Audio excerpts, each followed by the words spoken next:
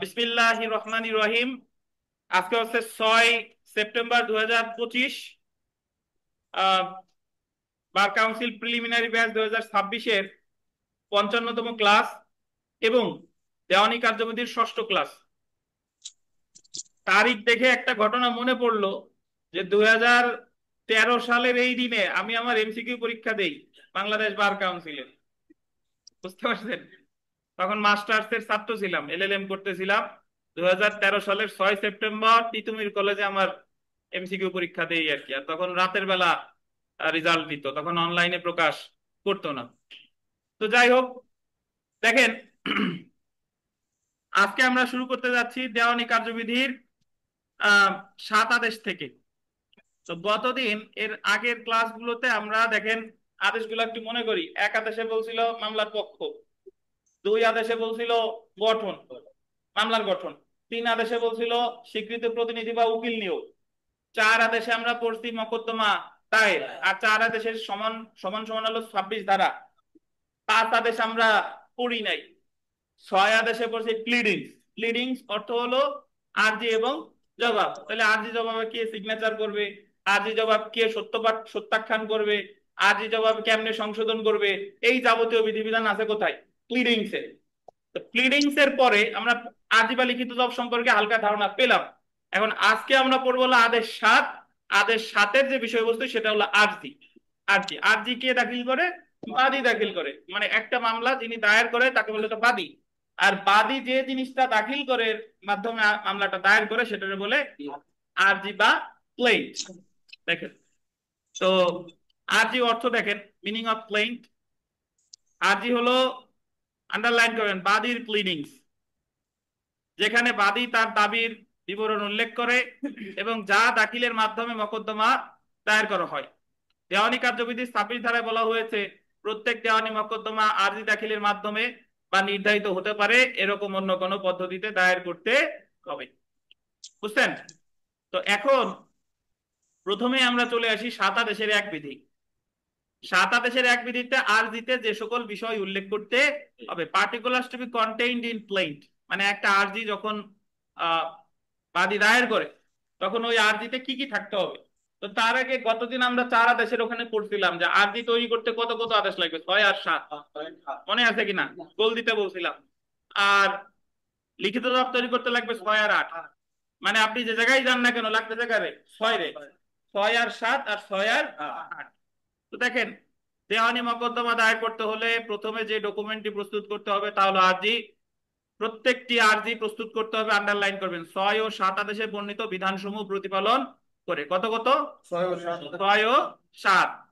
আরজিতে কি কি বিষয় উল্লেখ করতে হবে তা 7 আদেশের এক বিধিতে বলা হয়েছে। পার্টিকুলার্স অফ এ প্লেইন, মানে পার্টিকুলার শব্দের অর্থ হলো উপাদান। ঠিক আছে?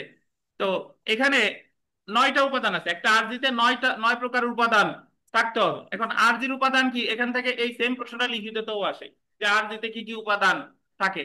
এখন এতটুকু না পড়িয়া আমরা মোটামুটি যারা কমন সেন্স যদি দেখেন অ্যাপ্লাই করেন, দেখেন আরজিতে কি কি থাকে। আরজিতে সবার আগে থাকবে আদালতের নাম, তারপরে বাদী বিবাদীর নাম, বাদী বিবাদীর ঠিকানা, তারপরে আপনি কি প্রতিকার চাইতেছেন, এইগুলা তো মোটামুটি থাকবে। তারপর মামলার কারণের বিবরণ, স্থাবর সম্পত্তি থাকলে সেটার তফসিল, এই জিনিসগুলাই আরজিতে থাকবে। দেখেন, হ্যাঁ, এই যে দেখেন, প্রথমে আমরা দেখি যে আদালতে মকদ্দমা দায়ের করা হয়েছে তার নাম, দেখছেন? তারপরে দেখেন বাদীর নাম, বর্ণনা ও বসবাসের স্থান। তারপরে দেখেন বিবাদীর নাম, বর্ণনা ও বসবাসের স্থান। বাদী এবং বিবাদী নাবালক বা প্রতিবন্ধী হলে তার বিবরণ। বাদী যদি নাবালক হয় বা বাদী যদি প্রতিবন্ধী হয় বা বিবাদী যদি নাবালক হয়, বিবাদী যদি প্রতিবন্ধী হয়, এই সম্পর্কে একটা বিবরণ আরজিতে থাকতে হবে। মামলার কারণ ও কারণ উৎপত্তির সময়, কি কারণে আপনি মামলাটা করলেন এবং এই কারণটা উৎপত্তি হয়েছিল কত তারিখে, এটা থাকতে হবে। আদালতের এখতিয়ার নির্ধারণের জন্য তথ্য সমূহ, মানে আমি কেন গোপালগঞ্জ সহকারী জজের কাছে করলাম, স্থাবর সম্পত্তি গোপালগঞ্জের সহকারী জজের এখতিয়ারধীন এলাকার মধ্যে, বা এই মামলার মূল্যমান এত টাকা, এই কারণেই আমি মামলাটা এখানে দায়ের করেছি। বাদীর দাবিকৃত প্রতিকার, এবং বাদী কি প্রতিকার চায়, সে তো মামলা করেছে, সে কি প্রতিকার চায়। বাদী যে ক্ষেত্রে তার আংশিক দাবি পারস্পরিক ভাবে পরিশোধ করতে সম্মত হয়েছে বা বর্জন করেছে, সেক্ষেত্রে দাবির যে অংশ অনুরূপভাবে পরিশোধ বা বর্জন করা হয়েছে। এই কথাটা অর্থ হলো যে অনেক সময় বাদী মামলা করছে, মামলা করে বলতেছে যে অমুকের কাছে আমি 10 লাখ টাকা পাইতাম, ইতিমধ্যে সে 5 লাখ টাকা দিছে আর 5 লাখ টাকা পাই। তো এটা হলো যে দাবিটা হচ্ছে অনুরূপভাবে পরিশোধ বা বর্জন করেছে, এগুলা উল্লেখ করতে হবে। অতঃপর দেখেন, আদালত আর্থিক এখতিয়ার নির্ধারণের জন্য মকদ্দমার বিষয়বস্তুর আর্থিক মূল্য সংক্রান্ত বিবরণ, ওই একটা এই মামলার মূল্যমান কত এই সম্পর্কিত বিবরণ থাকতে হবে।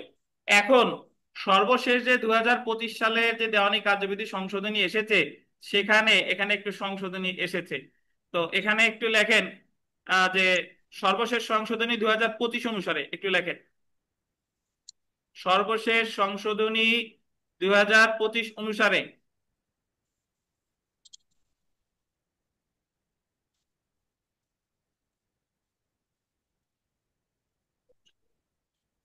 সাত আদেশের এক বিধিতে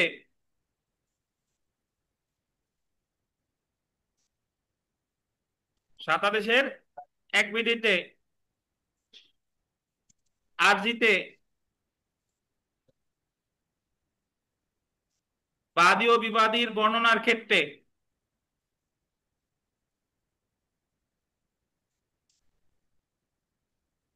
বাদী ও বিবাদীর বর্ণনার ক্ষেত্রে নাম ও বাসস্থানের সাথে নাম ও বাসস্থানের সাথে নাম ও বাসস্থানের সাথে ফোন বা মোবাইল নাম্বার ফোন বা মোবাইল নাম্বার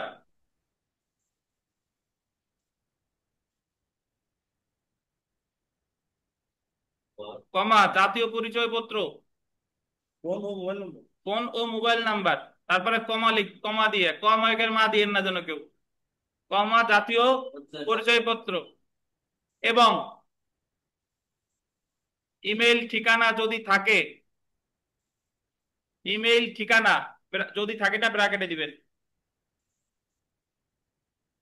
দিতে হবে। মামলায় বাদীর ধন্যবাদ দেয়নি তদন্ত কাছে বাদী তারাও দেয়নি, কিন্তু কারণ কিন্তু বাদীর ইমেল দেয় যদি থাকে দিতে হবে স্যার। ইমেল ঠিকানাটা দেওয়া বাধ্যতামূলক না, ইমেল তো সবার নাই, কিন্তু বর্তমানে মানুষ ভাত খাইতে না পারলেও তার একটা মোবাইল আছে, বুঝছেন? তাহলে এক্ষেত্রে 2025 সালের সংশোধনীতে এই সাতা দেশের এক বিধিতে বাদী বিবাদের যে নাম ঠিকানা, এই নাম ঠিকানার জায়গায় ফোন বা মোবাইল নাম্বার এবং জাতীয় পরিচয়পত্র নং এটা অবশ্যই দিতে হবে, বুঝছেন? আচ্ছা, জেনে রাখা ভালোতে চলে আসি। দেখেন, আদালতের এখতিয়ার ও কোর্ট ফি নির্ধারণের জন্য, এটা আন্ডারলাইন করেন, আদালতের এখতিয়ার ও কোর্ট ফি নির্ধারণের জন্য আরজিতে গোল দিবেন মকদ্দমার মূল্যমান উল্লেখ করতে হয়। আরজিতে মকদ্দমার মূল্যমান উল্লেখ করতে হয়। তাহলে যদি পরীক্ষায় প্রশ্ন আসে যে মকদ্দমার মূল্যমান উল্লেখ করতে হয় কিসের জন্য, আদালতের এখতিয়ার বা কোর্ট ফি দিতে হয়। এটা এটা আপনি নিজে নিজে ভাবেন, মূল্যমান যদি না লেখেন তাহলে আদালত কোন আদালতের এখতিয়ার বুঝবো কিভাবে? বা কোর্ট ফি কত হবে, কোর্ট ফি দেওয়া লাগে। সাধারণ বিষয়বস্তুর ক্ষেত্রে হলো স্থাবর সম্পত্তির ক্ষেত্রে বা অস্থাবর সম্পত্তির ক্ষেত্রে হচ্ছে আপনার 2% হারে, তবে সর্বোচ্চ 40,000-এর বেশি না। আর অর্থের ক্ষেত্রে 2.5% হারে, তবে সর্বোচ্চ 50,000-এর বেশি না। অতঃপর দেখেন,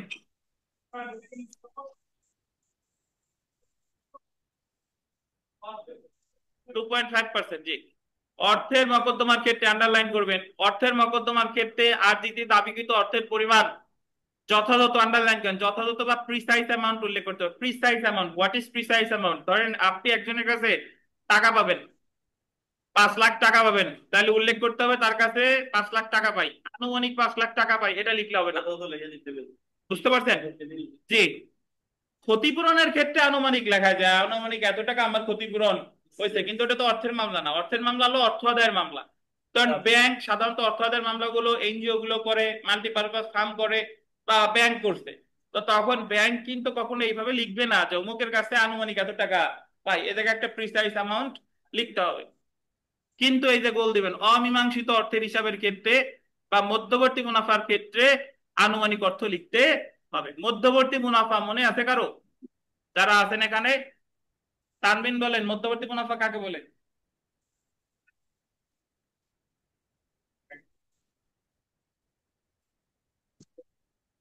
হ্যাঁ, সাধারণ উপায়ে যে লাভ করে, অবৈধভাবে দখল করে সাধারণ উপায়ে যে লাভ করে সেটা বলে মধ্যবর্তী মুনাফা। তো মধ্যবর্তী মুনাফার মামলা ডেফিনেটলি ওই যে যে দখল হয়েছে সে করে। এখন সে তো আর আনুমানিক জানে যে আমার বাস যারে প্রতি বছর এত টাকার বাস উৎপাদিত বা উৎপন্ন হয় সেটা বিক্রি করছে, তো আনুমানিক এত টাকা মধ্যবর্তী মুনাফা আমি চাইতেছি।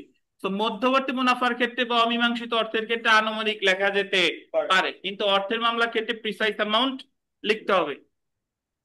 তারপরে দেখেন এই জায়গায় বিধি টিধি মনে রাখার দরকার নাই, যে বিধি এক বিধি দুই এগুলো মনে রাখার কোনো দরকার নাই। স্থাবর সম্পত্তির মকদ্দমার ক্ষেত্রে, স্থাবর সম্পত্তি আন্ডারলাইন করেন, স্থাবর সম্পত্তির মকদ্দমার ক্ষেত্রে সম্পত্তি শনাক্ত করার জন্য সম্পত্তির আন্ডারলাইন করেন, বর্ণনা, সীমানা বা সেটেলমেন্ট পর্যায়ে উল্লেখিত নম্বর উল্লেখ করতে হবে। তাহলে স্থাবর সম্পত্তি মামলার ক্ষেত্রে সম্পত্তির বর্ণনা দিতে হবে, সীমানা, সেটেলমেন্ট পর্যায়ে উল্লেখিত নম্বর এগুলো উল্লেখ করতে হবে, নাইলে ওই সম্পত্তিটারে শনাক্ত করবে কিভাবে? তারপরে দেখেন বাদী তামাদি আইনে নির্ধারিত সময়ের পর, আন্ডারলাইন করবেন, তামাদি আইনে নির্ধারিত সময়ের পর মকদ্দমা দায়ের করে সেক্ষেত্রে আর্জিতে বাদী তামাদি হতে অব্যাহতির কারণ, গ্রাউন্ডস ফর এক্সামশন, এটা বিবিআই আন্ডারলাইন করেন। তামাদি হতে অব্যাহতির কারণ গ্রাউন্ডস ফর এক্সামশন উল্লেখ করতে হবে। বিধি 6, তিনটে স্টার দেন, এই বিধিটা মনে রাখতে হবে। শুনেন, এখানে বলতেছে গ্রাউন্ডস ফর এক্সামশন, এটা তামাদি হতে অব্যাহতির কারণ। একটা জিনিস ধরে নিচ্ছে আপনারা জানেন না, দেওয়ানি মামলা দায়েরের ক্ষেত্রে তামাদি মেয়াদ আছে, যে অর্থের মামলা করতে হবে 3 বছরের মধ্যে, দখল পুনরুদ্ধার মামলা করতে হবে 6 বছরের মধ্যে, সত্ত্ব সহ দখল পুনরুদ্ধার মামলা করতে হবে 12 বছরের মধ্যে, বন্ধকের মামলা করতে হবে 60 বছরের মধ্যে, এরকম অনেক মামলার তামাদি মেয়াদ আছে। এখন ধরেন এই তামাদি মেয়াদ গুলো তামাদি আইনে বলা আছে, আমরা যখন তামাদি আইন পড়বো তখন জানবেন। এখন ধরেন তামাদি আইনে একটা বিধান আছে যে যখন মামলার কারণ উদ্ভব হলো, যে মামলা করবে উনি যদি নাবালক, উন্মাদ বা জড়বুদ্ধি সম্পন্ন হয়, তখন উনি যখন থেকে সাবালক হবে তখন থেকে তামাদি মেয়াদ গণনা শুরু হবে। অর্থাৎ ধরেন আমাদের পিপাস বাইনকে একদল লোক এসে বেদখল করলো ওনার বাড়ি থেকে, যখন বেদখল করলো ওই মুহূর্তে উনি ছিলেন উন্মাদ, মানে পাগল। এখন উনি তো বেদখল হয়ে গেছে, পাগল ব্যক্তি তারাই দিছে। এখন বেদখল হওয়ার 6 মাসের মধ্যে মামলা করতে হয়। ওনারা বেদখল করছে ধরেন জানুয়ারির 1 তারিখ 2025, তাহলে উনি তো যখন বেদখল করে ওই মুহূর্তে উনি কি ছিলেন? পাগল। এখন নর্মালি মামলা করতে হবে 6 মাসের মধ্যে, কিন্তু উনি তো ওই মুহূর্তে আছে কি? পাগল। তাহলে উনি সুস্থ হয়েছে 2 বছর পর, 2 বছর পর যেদিন সুস্থ হবে সেদিন থেকে 6 মাসের মধ্যে মামলা করতে হবে। এখন উনি তো আর্জিতে লিখছে যে ওনার আমারে বেদখল করতে জানুয়ারির 1 তারিখ 2025, আর আমি মামলা করতেছি 2027 সালের 1 জানুয়ারিতে। এতদিন দেরি হওয়ার কারণ মানে তামাদি হতে অব্যাহতি, এই যদি 2 বছর তামাদি হলো আমাকে কেন অব্যাহতি দিবে? কারণ এই সময় আমি কি ছিলাম? পাগল ছিলাম। বুঝছেন?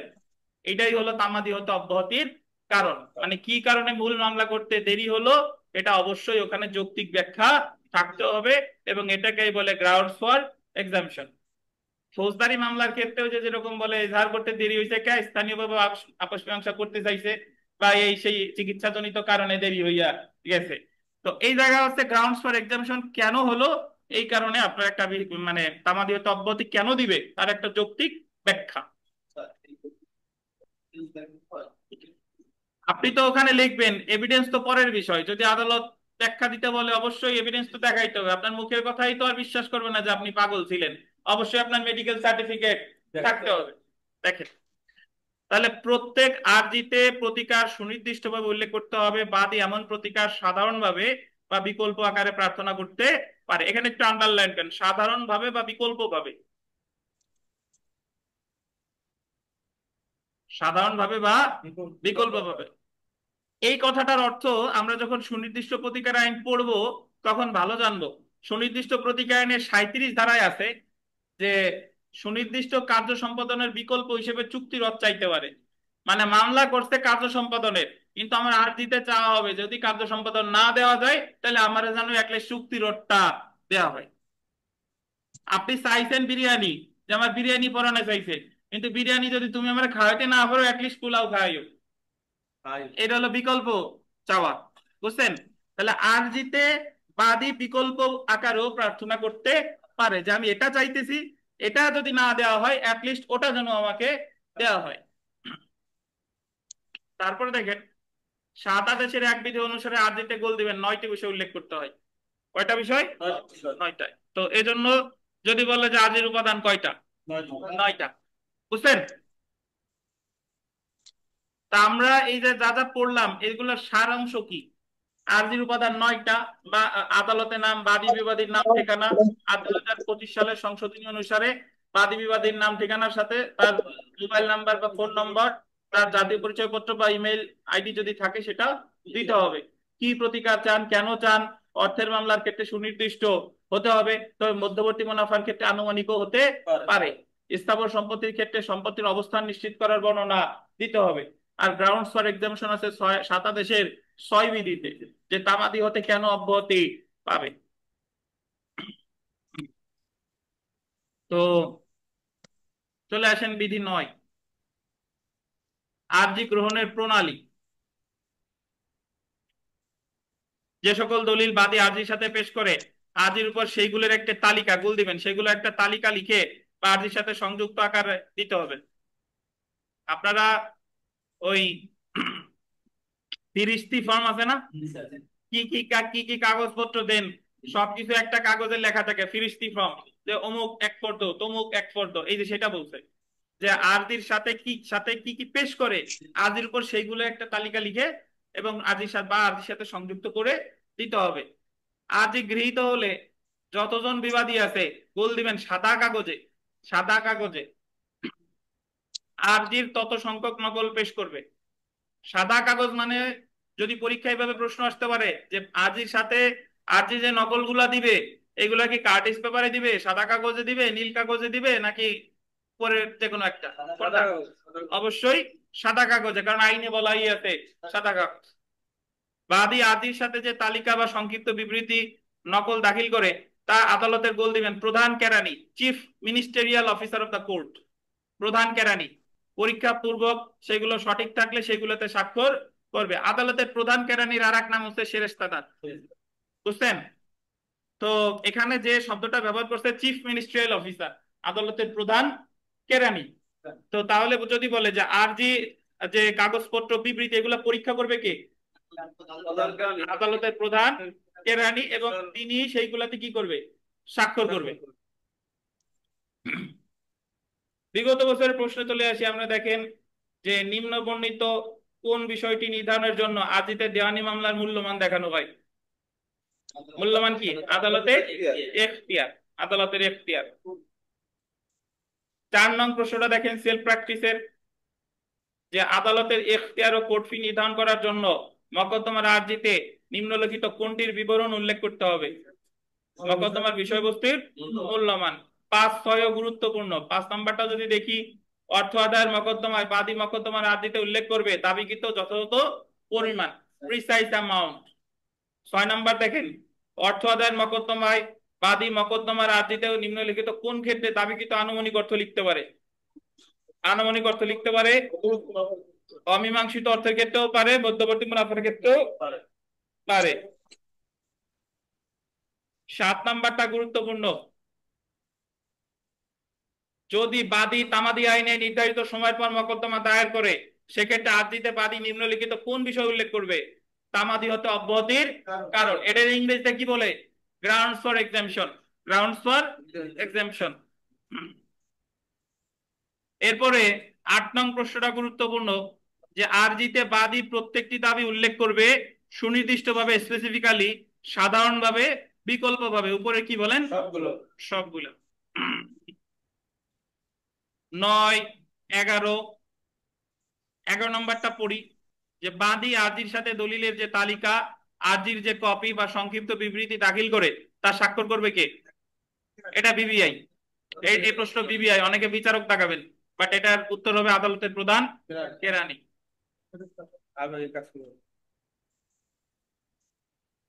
এই পর্যন্ত যা পড়লাম, অনলাইন অফলাইনে যে সকল ভাই বোন আছেন আপনাদের কোনো প্রশ্ন থাকলে করতে পারেন। এই পর্যন্ত ততটুকু পড়েছি।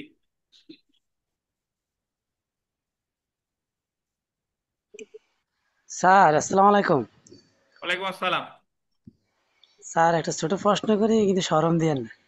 ওই বলেন বলেন, শরম দিয়েন যে না তাই বললেন। আমরা সাত আদেশের বিধি এক অনুসারে আরজিতে 9টি বিষয় উল্লেখ করতে হবে।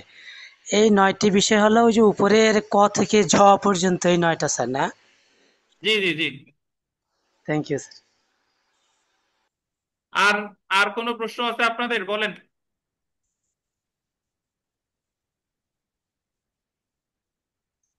আচ্ছা,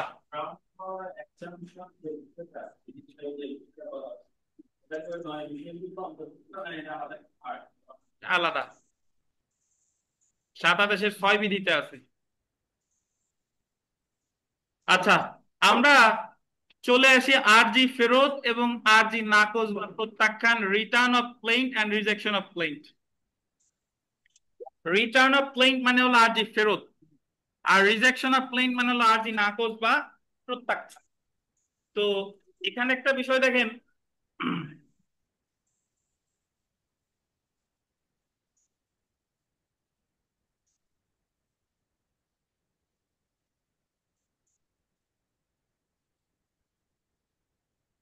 দেওয়ানি কার্যবিধির 7 আদেশের 10 বিধিতে আরজি ফেরত এবং 7 আদেশের 11 বিধিতে আরজি প্রত্যাখ্যান বিষয়ে আলোচনা করা হয়েছে। তো আরজি ফেরত আছে কত বিধিতে? 7 আদেশের 10। আর আরজি প্রত্যাখ্যান আছে 7 আদেশের 11। বিধি 7 আদেশের 10, রিটার্ন অফ ক্লেম 3টা স্টার দেন। এই এই এই বিষয়টা খুবই গুরুত্বপূর্ণ, আরজি ফেরত। এখান থেকে প্রিলিতে প্রশ্ন আসে, রিটেনে আসে, ভাইভাতে আসে, সর্বোপরি আপনার জানতে হবে। তা আরজি ফেরত আসলে কাকে বলে, আগে আমার কথা শুনে। আরজি ফেরত হলো যে যদি আপনি এখতিয়ারবিহীন আদালতে সরল বিশ্বাসে আরজি দায়ের করেন। ধরেন 10 লাখ টাকার একটা মামলা, আমরা জানি সর্বনিম্ন এখতিয়ার সম্পন্ন আদালত হলো সহকারী জজ। যদিও 4টা আদালতেই করা যায়, বাট করতে হবে কার কাছে? সহকারী জজের কাছে। এখন 10 লাখ টাকার মামলা আপনি যাই করছেন সিনিয়র সহকারী জজের কাছে, ওনার কি এখতিয়ার আছে? তাহলে আরজি দেবে ফেরত। বুঝছেন? কোন মামলার বিষয়বস্তু গোপালগঞ্জের মধ্যে অবস্থিত, তার মামলাটা কোথায় করতে হবে? গোপালগঞ্জে। আপনি যাই করছেন গৌরনদী সহকারী জজের কাছে, বরিশালের মধ্যে, তাহলে বরিশালের সহকারী জজ এটা আর্জি কি দিবে? ফেরত দিবে। বুঝছেন? তাহলে এখতিয়ারবিহীন আদালতে সরল বিশ্বাসে যদি মকদ্দমা দায়ের করা হয়, আর্জি দায়ের করা হয়, তাহলে সেই আর্জি কি দিবে? ফেরত দিবে। তো এখানে এখতিয়ার বলতে বোঝানো হচ্ছে আর্থিক এখতিয়ার আর আঞ্চলিক এখতিয়ার। বুঝছেন? আরজি ফেরতের ক্ষেত্রে যে এখতিয়ার বোঝানো হচ্ছে, আমরা এখতিয়ার কয় প্রকার করছিলাম? 3 প্রকার। বিষয়বস্তুগত, আঞ্চলিক আর আর্থিক। তাহলে এখানে কোন কোন এখতিয়ার ভুল করলে আরজি ফেরত দিবে? কোন কোন এখতিয়ার? আর্থিক আর আঞ্চলিক। বুঝতে পারছেন? তো এই যে পড়ি, দেখেন আসে না।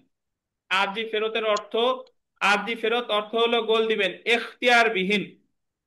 এখতিয়ার বিহীন, এখতিয়ারবিহীন গোল দিছেন। এখতিয়ারবিহীন আদালতে আরজি দাখিল করলে আরজিটি এখতিয়ার সম্পন্ন আদালতে দাখিলের জন্য ফেরত দেওয়া। যদি এমন কোন আদালতে আরজি দাখিল করা হয় যে আদালতের উক্ত মোকদ্দমার বিচার করার, এই যে গোল দেবেন আর্থিক বা আঞ্চলিক এখতিয়ার নাই। কি কি এখতিয়ার নাই? আর্থিক বা আঞ্চলিক। তাহলে বাংলাদেশ বার কাউন্সিল পরীক্ষায় প্রশ্ন আসতে পারে যে আরজি ফেরত দেওয়া হয় কোন ধরনের এখতিয়ারগত ভুলের কারণে? আর্থিক আর্থিক বা আঞ্চলিক। তখন এখতিয়ার সম্পন্ন আদালতে আরজিটি দাখিলের জন্য আদালত ফেরত দিতে পারে।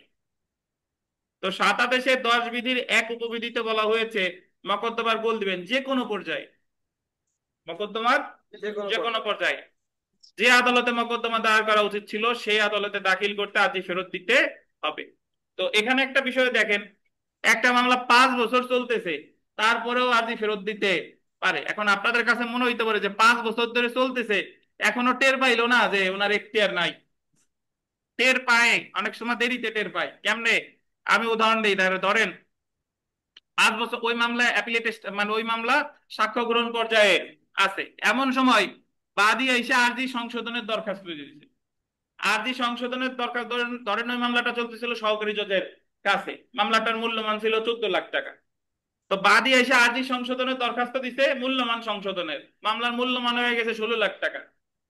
তো 16 লাখ টাকা যদি আদালত সংশোধনের নির্দেশ দেয়, মামলা আছে সহকারী জজের কাছে, কিন্তু 16 লাখ টাকা বিচারের এখতিয়ার কি আছে? নাই। তাহলে এখন ফেরত দিয়ে দিবে কোথায়? সিনিয়র সহকারী জজের কাছে।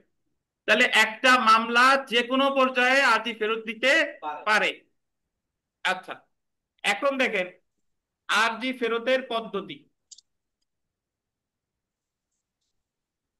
আদালত আর্জি ফেরত দিতে নিম্নলিখিত পদ্ধতি অনুসরণ করবে, যথা আর্জি দাখিলের এবং ফেরতের তারিখ, কবে আর্জি দাখিল করছিল আর কবে ফেরত দেওয়া হলো এই তারিখটা অবশ্যই সেখানে উল্লেখ থাকবে। তারপরে আর্জি দাখিলকারী পক্ষের নাম, কে এই আর্জিটা দাখিল করেছে, আর্জি ফেরতের কারণ সম্পর্কিত সংক্ষিপ্ত বর্ণনা আদেশে উল্লেখ করবে এবং ওখানে একটা সংক্ষিপ্ত বিবৃতি থাকবে যে কেন আর্জিটা ফেরত দেওয়া হলো, কোন ধরনের এখতিয়ারগত ভুল ছিল, আঞ্চলিক নাকি আর্থিক।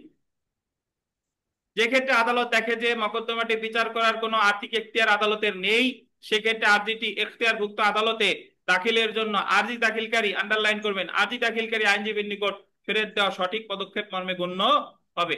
মকদ্দমাটি বিচার করার এখতিয়ার আদালতের নেই, এই কারণে মকদ্দমাটি খারিজ করা যায় না, বরং এই ক্ষেত্রে সঠিক পদক্ষেপ হলো এখতিয়ারভুক্ত আদালতে দাখিলের জন্য আর্জিটি ফেরত দেওয়া। মানে এখতিয়ার না থাকলেই যে ফেরত খারিজ করবে সেটা না, বরং আঞ্চলিক বা আর্থিক এখতিয়ার যদি না থাকে তাহলে খারিজ না করে কি করবে, ফেরত দিবে।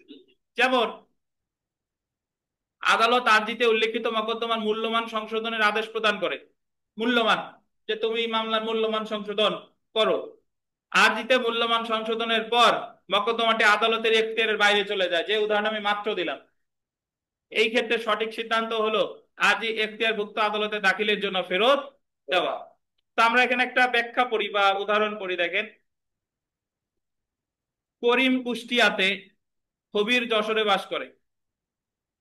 কবির করিমের বিরুদ্ধে ঢাকাতে একটি মানহানিকর বক্তব্য প্রকাশ করে। ঢাকা, ঘটনা ঘটছে ঢাকায়, কবির ঘটাইছে ঢাকায়, তাহলে এই মানহানির ক্ষতিপূরণের মামলা হবে হয় ঢাকায়, নাহলে কবিরের বাড়ি যে যশোর সেই জায়গায়। 19 ধারা মনে আছে, দেওয়ানি কার্যবিধির 19 ধারা, ব্যক্তির ক্ষতিপূরণ।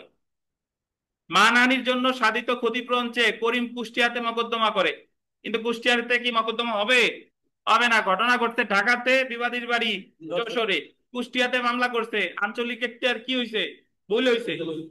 যেহেতু ঢাকাতে ক্ষতি সাধিত হয়েছে, সেহেতু ঢাকাতে, বা যেহেতু বিবাদী কবির যশোরে বসবাস করে, সেহেতু যশোরে মকদ্দমা দায়ের করতে হবে। সুতরাং কুষ্টিয়ার আদালত আজ যদি ঢাকা বা যশোরের আদালতে দাখিলের জন্য দাখিলকারী আইনজীবীর নিকট ফেরত দিতে পারে। এটাই হলো আপনার আর্জি ফেরত।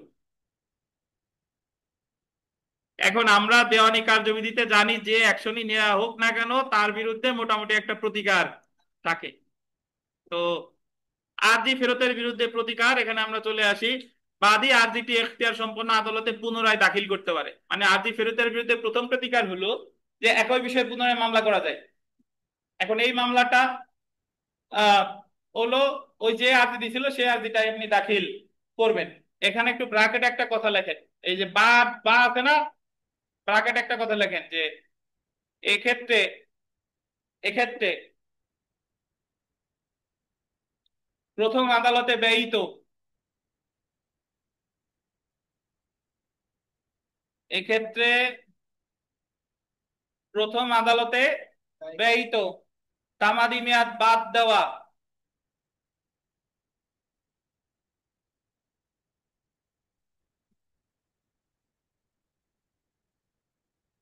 আদালতের জন্য বাধ্যতামূলক।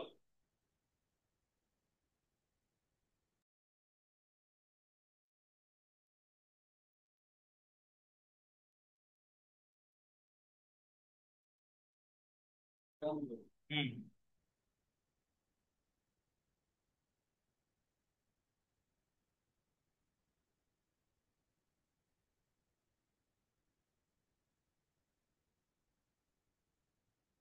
একটু ব্যাখ্যা দিই, ধরেন। হ্যাঁ, আমি একটু ব্যাখ্যা দিই। ধরেন একটা মামলা করার মূল্যমান ছিল, একটা মামলা করার সময় ছিল 6 মাস। এখন আপনি 3 মাস পরে গিয়ে মামলাটা দাখিল করছেন, মানে যেই মুহূর্তে আপনি মামলাটা দাখিল করছেন ওই মুহূর্তে আপনার হাতে আর কতদিন ছিল? 3 মাস। আচ্ছা, যে আদালতে মামলা করছেন ওই আদালতে মামলা চলছে 2 বছর। 2 বছর পরে এসে উনি ফেরত দিছে, যে আর্জি ফেরত দিছে।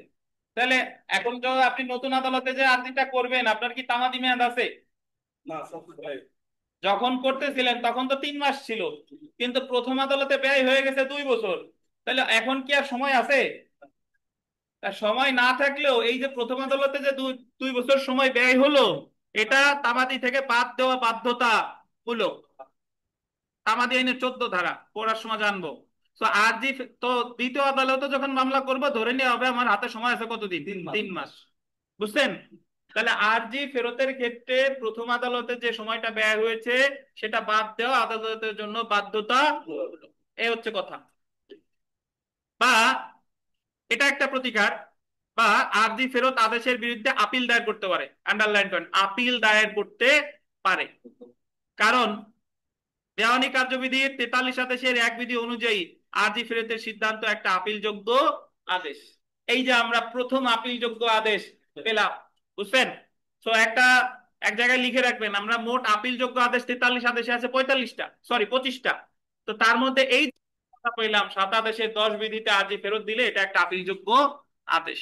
এবং আর একটা কথা বলি, সেটা হলো ডিক্রির বিরুদ্ধে আপিল করলে সেটাকে বলে আপিল।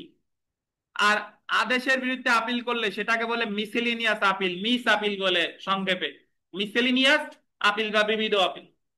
তো এখন থেকে মনে রাখবেন, যদি কোথাও বিবিধ আপিল শব্দটা উল্লেখ থাকে ধরে নিতে হবে এটা কিসের বিরুদ্ধে আপিল? আদেশের বিরুদ্ধে। আর যদি কোথাও আপিল শব্দটা উল্লেখ থাকে, তাহলে ধরে নিতে হবে এটা কিসের? ডিক্রির বিরুদ্ধে আপিল। বুঝলেন কিনা? তাহলে আরজি ফেরতের ক্ষেত্রে তাহলে প্রতিকার কয়টা? 2টা। নতুন মামলা করা যায়, অথবা 7 আদেশের 10 বিধি একটা আপিলযোগ্য আদেশ। এই আপিলযোগ্য যে আদেশ এটা আমরা কোথায় পেয়েছি? 43 আদেশের এক বিধিতে। তাই এটার বিরুদ্ধে আপিল করা যাবে। কোনটা? শুধু আদেশ, বিবিধ আদেশ যদি বললাম না যে মাঝখানের মানে কোন বিধি সেটা তো বলেন।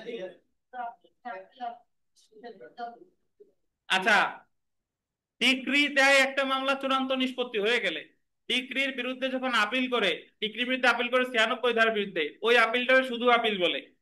আর আদেশ, সকল আদেশের বিরুদ্ধে আপিল করা যায় না। কোন কোন আদেশের বিরুদ্ধে আপিল করা যায় সেটা বলতে 43 আদেশের 104 ধারায়। তো আদেশের বিরুদ্ধে আপিল বললে সেটা বলে মিস আপিল, পুরোপুরি রূপ বলে মিসিলিনিয়াস আপিল বা বিবিধ আপিল। তো এটা আপনাদের বোঝানো হচ্ছে কেন? ভবিষ্যতে এই ধরনের প্রশ্ন আসতে পারে যে বিবিধ আপিল করা হয় কোন ক্ষেত্রে? ডিক্রির বিরুদ্ধে, আদেশের বিরুদ্ধে, উপরের সব ক্ষেত্রে। কোনটা? আদেশের বিরুদ্ধে। আর শুধু আপিল শব্দটা থাকলে কি হবে? ডিক্রি বিরুদ্ধে। তাহলে এই জায়গায় এই যে 2 নাম্বার লাইনে আরজি ফেরতের আদেশের বিরুদ্ধে আপিল দায়ের করতে পারে, এই জায়গায় অ্যাকচুয়ালি কি আপিল দায়ের করতে পারে বলেন তো?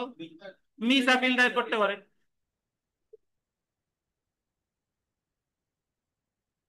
আবার কেউ বললেন না যে আদেশের বিরুদ্ধে আপিল করলে মিস আপিল, আর ডিগ্রির বিরুদ্ধে আপিল করলে মিস্টার আপিল। এই ব্যাখ্যা কেউ দিয়েন না আবার। আচ্ছা, তো জেনে রাখা ভালো। দেখেন, আরজি ফেরত রিটার্ন অফ ক্লেইম দেওয়ানি কার্যবিধি 7 আদেশের এই জায়গায় 17 লেখছে, এটা 10 করেন।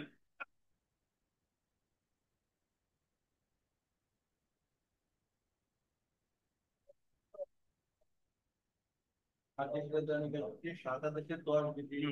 পাইছেন? মকদ্দমার যে কোনো পর্যায়ে, গোল্ডেন যে কোনো পর্যায়ে আদালত আরজি ফেরতের আদেশ দিতে পারে, যে কোনো পর্যায়ে। আরজি আরজি ফেরতের বিরুদ্ধে আপিল করা যায়, নতুন করে এখতিয়ার সম্পন্ন আদালতে আরজি দাখিল করা যায়। আরজি ফেরতের ক্ষেত্রে আরজি দাখিলের তারিখ হলো, আন্ডারলাইন করবেন, আরজি পুনঃ দাখিলের তারিখ। সুতরাং আরজি ফেরতের ক্ষেত্রে আন্ডারলাইন করবেন, আরজি পুনঃ দাখিলের তারিখ হতে মকদ্দমা তামাদি মেয়াদ গণনা শুরু হবে। এই ক্ষেত্রে আন্ডারলাইন করবেন, প্রথম আদালতে যে সময় ব্যয় হয়েছে তা বাদ দিয়ে পুনঃ দাখিলের তারিখ হতে তামাদি মেয়াদ গণনা করার জন্য তামাদি আইনের গোল দিবেন, 14 ধারায় আবেদন করা যায়। তাহলে প্রথম আদালতে যে সময়টা ব্যয় হলো এটা বাদ দেওয়ার জন্য দরখাস্ত করতে হবে কত ধারায়? তামাদি আইনের 14 ধারায়।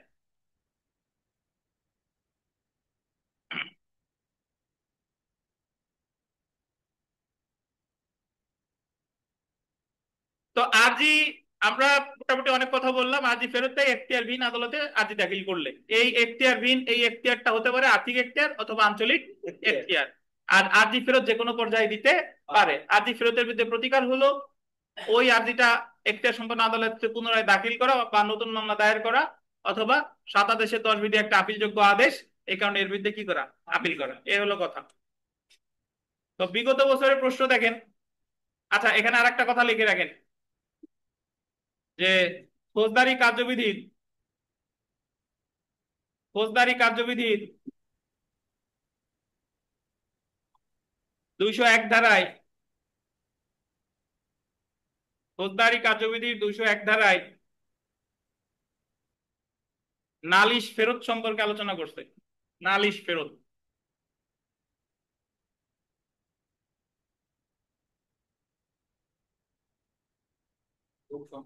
হুম, নালিশ ফেরত।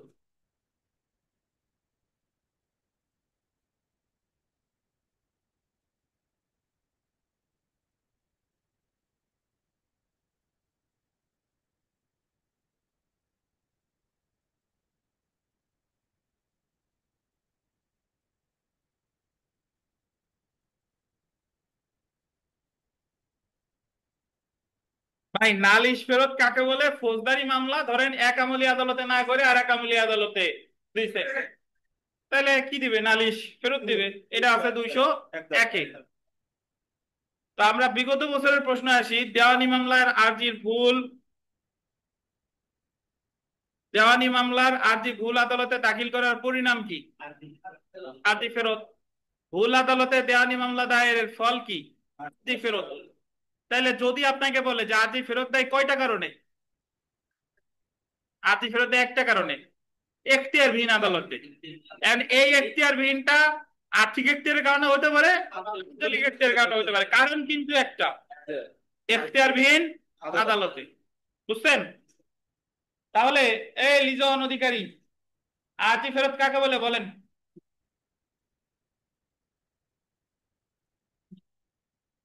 কি কর মনে নাই? এত কষ্ট করে বুঝাইয়া যদি বলেন মনে নাই। এই দীপক, ওরে কাতুকুতু দেবেন মাঝে মধ্যে, যে মনোযোগ দাও। এখতিয়ারবিহীন আদালতে যদি আর্জি দাখিল করে তাহলে আর্জি দেয় কি? ফেরত। পিপাস বাইন বলেন আর্জি ফেরতের বিরুদ্ধে প্রতিকার কয়টা? কি কি?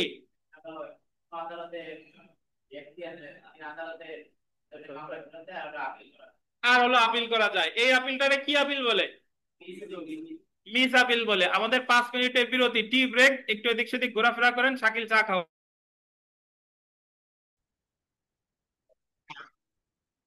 আর্জি প্রত্যাখ্যান বা নাকচ, বিধি 11, রিজেকশন অফ ক্লেইম। ইংরেজিতে বলে rejection of claim, but Bangla এর অনেক নাম আছে। আর্জি প্রত্যাখ্যান, আর্জি নাকচ, দুইটা লেখছে। আর্জি খারিজ, আর্জি নামঞ্জুর, এইটাও হয়। হ্যাঁ, আর্জি খারিজ, আর্জি নামঞ্জুর, আর্জি প্রত্যাখ্যান, আর্জি নাকচ সব একই।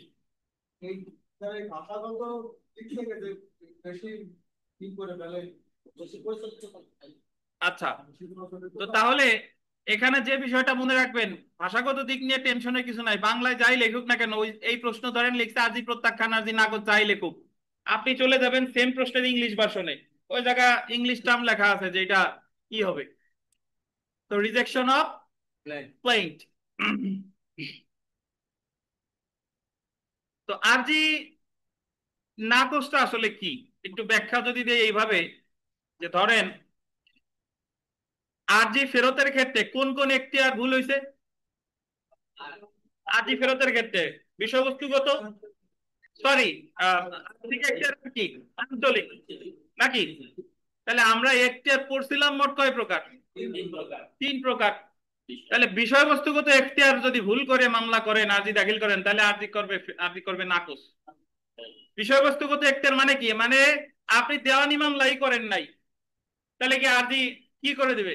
খারিজ করে দিবে। বুঝেন কিনা? ধরেন আপনি ফৌজদারি নেচারের মামলা, ওই সেম মামলা দেওয়ানি প্রতিকার না চেয়ে ফৌজদারি প্রতিকার চাইছেন, তাহলে আরজি কি করে দিবে? খারিজ। তাহলে এখানে আরজি খারিজের অন্যান্য কারণ তো আছেই, বাট প্রাথমিক যে কারণ, যে মোট 3টা এখতিয়ারের মধ্যে 2টা এখতিয়ার ভুল হলে আরজি ফেরত দেয়, আর্থিক এবং আঞ্চলিক। আর বিষয়বস্তুগত এখতিয়ার ভুল হলে কি দিবে? আরজি খারিজ, নাকচ, নামঞ্জুর, প্রত্যাখ্যান, আর ইংরেজিতে বলে রিজেকশন অফ ক্লেইম। প্রকৃত অর্থে আরজি প্রত্যাখ্যান অর্থ হলো আরজি গ্রহণ না করা বা আরজি নাকচ করা। দেওয়ানি কার্যবিধির 7 আদেশে 11 বিধি অনুযায়ী আদালত আরজি নাকচ বা প্রত্যাখ্যানের আদেশ দিতে পারে। এখন অনেকের মনে এখনো যাদের প্রশ্ন আসে যে আরজি ফেরত আর নাকচের মধ্যে তাহলে পার্থক্য কি, আরজি ফেরত মানে হলো আরজির সকল গুণাগুণ ঠিক আছে, কিন্তু আপনি ভুল আদালতে দায়ের করছেন, যাতে সঠিক আদালতে দায়ের করেন, এটা হলো আরজি ফেরত। আর আরজি নাকচ হলো আপনার আরজির মধ্যে ভুল আছে। ভুল আছে বলতে মানে আরজি ঠিকঠাক নাই, তাহলে আরজি প্রত্যাখ্যান করে দিছে, ওইটা আর অন্য আদালতে দায়ের করা যাবে না। তো দেখেন, দেওয়ানি কার্যবিধির 7 আদেশের 11 বিধির অধীন গোল দিবেন 4টি কারণে আদালত আরজি নাকচ বা প্রত্যাখ্যান করতে পারে। কয়টা কারণে? 4টি কারণে। এই 4টা কারণ কি কি আমরা একটু দেখি। আরজিতে মকদ্দমার কারণ কজ অফ অ্যাকশন উল্লেখ না করলে, does not disclose a cause of action. আরজিতে মকদ্দমার কারণ উল্লেখ না করলে এই কথাটার অর্থ কি?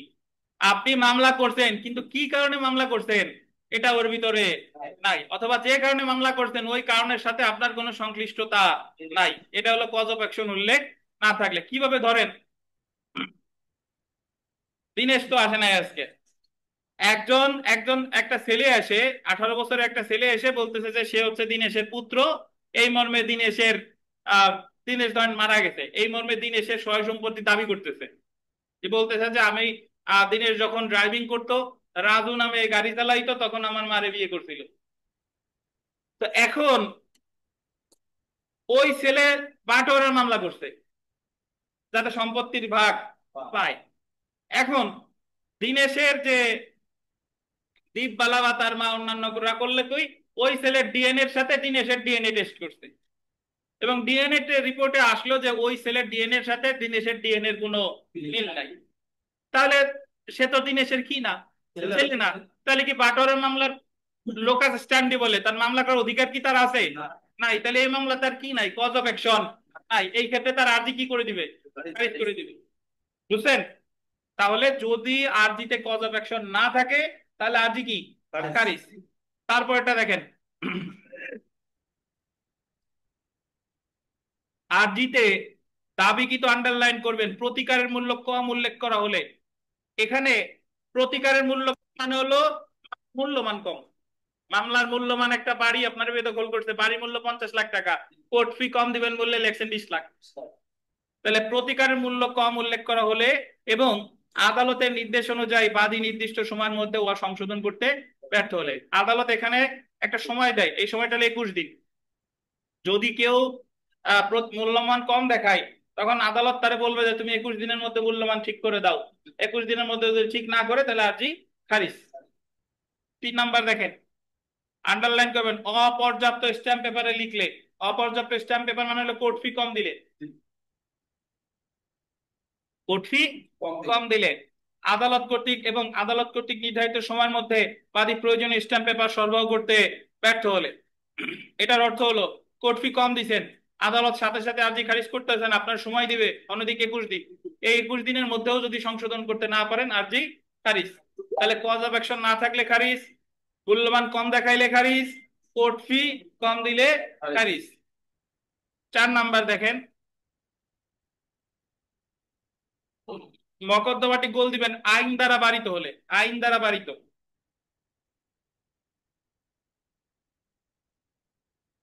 আইন দ্বারা বারিত কথাটার অর্থ হলো যে এই মামলাটা দেওয়ানি আদালতে দায়েরের কোনো নিয়ম নাই, এটা হলো আইন দ্বারা বারিত। ধরেন আহ একটা মামলা দায়ের করার কথা ছিল 6 মাস, আপনি 2 বছর পর এসে দায়ের করতেছেন, তামাদি মেয়াদ শেষ, এটা কি? আইন দ্বারা বারিত। একটা সরকারি কর্মচারী মামলা করতে হয় প্রশাসনিক ট্রাইব্যুনালে, আর মামলা করেছে দেওয়ানি আদালতে, আইন দ্বারা বারিত। দেনমোহর ভরণ পোষণের মামলা করতে হয় পারিবারিক আদালতে, করে দিচ্ছেন দেওয়ানি আদালতে, কি? আইন দ্বারা বারিত। তারপরে ল্যান্ড সার্ভে ট্রাইব্যুনালের মামলা করতে হয় ল্যান্ড সার্ভে ট্রাইব্যুনালে, করে দিচ্ছেন দেওয়ানি আদালতে, কি? আইন দ্বারা বারিত। বুঝছেন?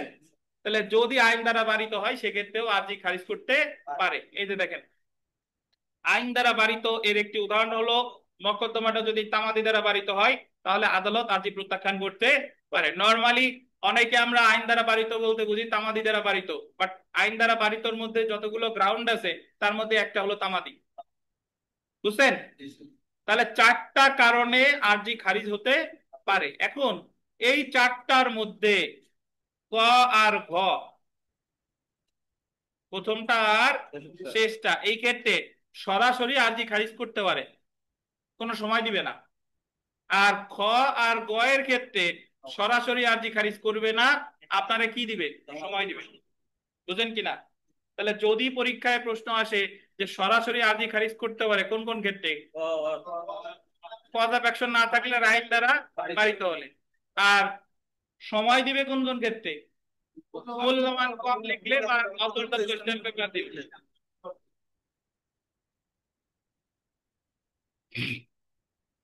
উপরে উল্লেখিত কারণ চারটি ছাড়াও বল দিবেন কলকাতা হাইকোর্ট 25/7/1928 তারিখে এক নোটিফিকেশন দ্বারা আজই প্রত্যাখ্যানে নিম্নলিখিত আরো একটি কারণ যুক্ত করে। আমাদের যে কোডিফাইড যে ল, যে দেওয়ানি কার্যবিধি বর্তমানে বাংলাদেশের যেটা প্রযোজ্য, এই জায়গায় কারণ আছে উপরের চারটা, কিন্তু এই চারটা ছাড়াও 1928 সালে কলকাতা হাইকোর্ট আরজি খারিজের আরো একটা কারণ উল্লেখ করে। সেটা হলো, এই যে দেখেন, 7 আদেশের 9 ক বিধির বিধানসমূহ প্রতিপালন না করলে আদালত আর্জি প্রত্যাখ্যান করতে পারে। এই 9 এর 1-এর ক, 9-এর 1-এর ক, এই 9-এর 1-এর ক আপনি বাংলাদেশের দেওয়ানি কার্যবিধি খুঁজলে পাবেন না। আবারও বলে দিই, এটা আছে কোন জায়গার দেওয়ানি কার্যবিধিতে? কলকাতার। 9-এর 1-এর ক বিধি অনুসারে আর্জি গৃহীত হলে আন্ডারলাইন করবেন, যতজন বিবাদী রয়েছে সাদা কাগজে আর্জি তত সংখ্যক নকল দাখিল করতে হবে। আপনি যদি যতজন বিবাদী ততজন আর্জির অবিকল নকল দিতে হবে সাদা কাগজে, যদি না দেন আর্জি কি করতে পারে, খারিজ করতে পারে।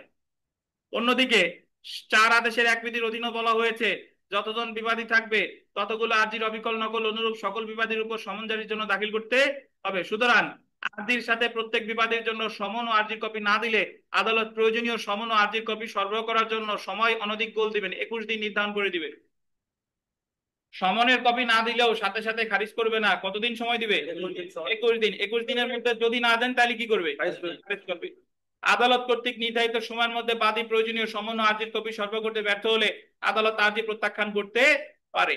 1947 সালের পূর্বে আন্ডারলাইন করেন, কলকাতা হাইকোর্ট কর্তৃক যে কোনো সংশোধন বাংলাদেশি আইনের অংশ এবং বাংলাদেশের অন্য আইনের মতো একইভাবে কার্যকর। সুতরাং কলকাতা হাইকোর্ট কর্তৃক অন্তর্ভুক্তকৃত 9-এর 1-এর ক বিধানটি আর্জি প্রত্যাখ্যানের ক্ষেত্রেও বিবেচনা করতে হবে। এখন একটা বিষয় শুনেন, যদি বলে আর্জি খারজের কারণ কয়টা? 4টা। আর যদি মানে যদি এইভাবে প্রশ্ন আসে, দেওয়ানি কার্যবিধি 1908 অনুসারে আর্জি খারিজের কারণ কয়টা? 4টা। 5টা দাগাবেন না, কয়টা? 4টা। তবে কলকাতা হাইকোর্টের আরো একটা আছে যেটা বাংলাদেশের ক্ষেত্রেও প্রযোজ্য, যতজন বিবাদী ততগুলো আর্জির অবিকল নকল।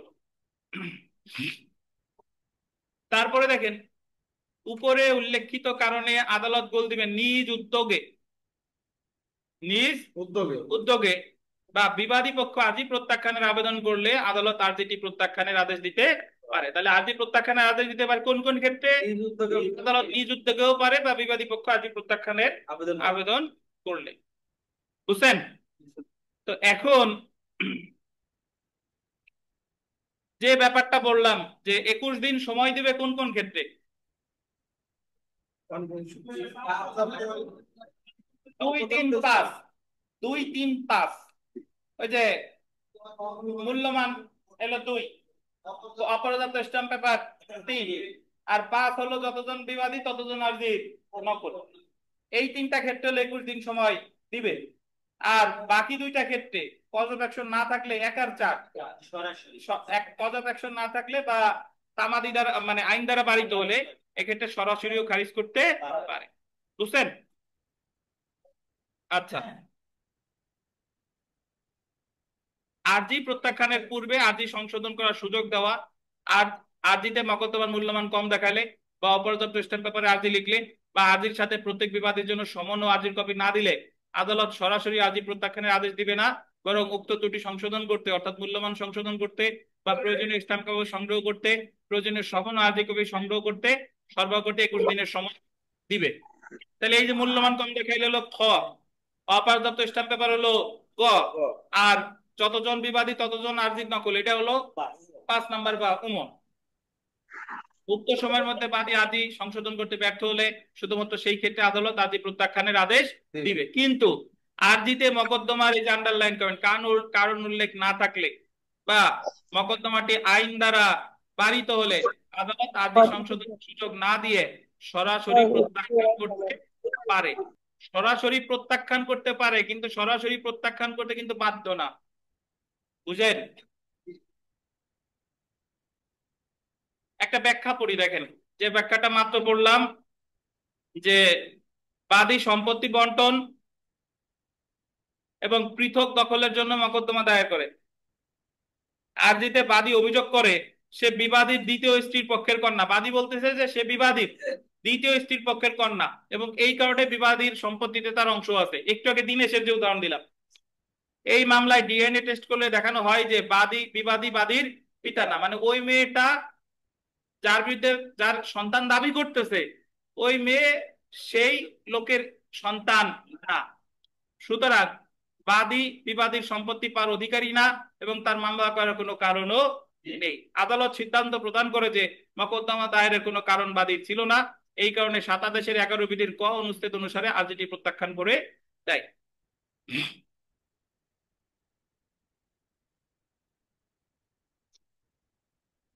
আর্জি প্রত্যাখ্যানের মৌলিক নীতিসমূহ।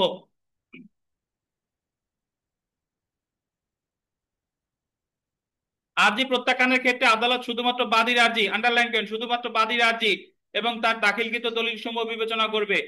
বিবাদী তার কোনো দরখাস্ত বা লিখিত বর্ণনায় কি যুক্তি উপস্থাপন করছে সেটা নয়। 3টে স্টার দেন, এটা গুরুত্বপূর্ণ কথা।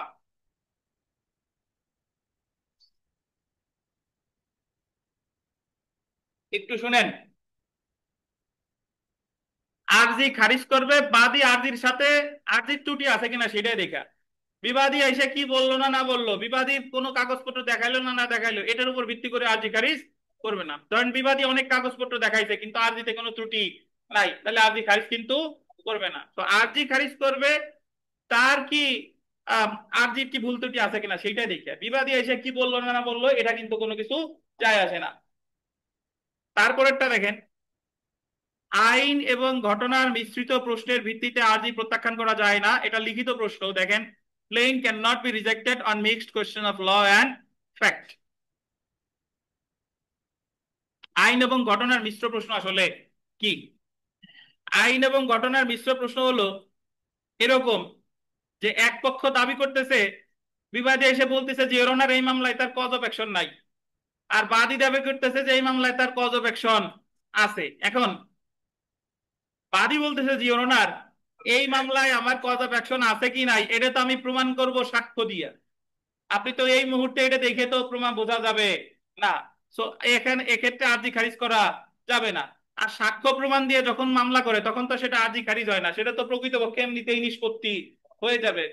তো এজন্য যদি কোনো মামলায় আইন এবং ঘটনার মিশ্র প্রশ্ন থাকে তাহলে আর্জি প্রত্যাখ্যান করা যাবে না।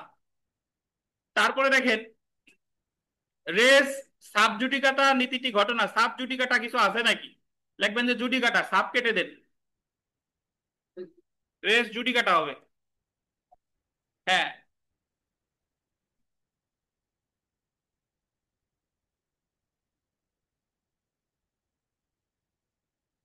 আচ্ছা এইটুক এইটুক বলতেছে যে রেস, এটা আপনার ই করে দেন, এটুক দরকার নাই, এটুকু আমরা পড়বো না। সরাসরি চলে আসেন অপর পেজে।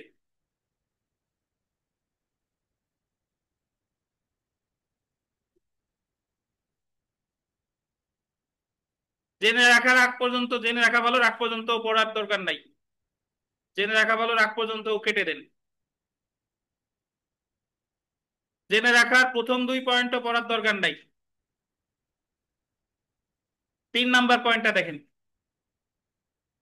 মকদ্দমার মূল্যমান সংশোধন অথবা প্রয়োজনীয় স্ট্যাম্প পেপার আর্জি দাখিলের বা প্রয়োজনীয় সংখ্যক আর্জির অবিকল নকল ও সমনের কপি সরবরাহের সর্বাধিক গোল দিবেন 21 দিন হবে।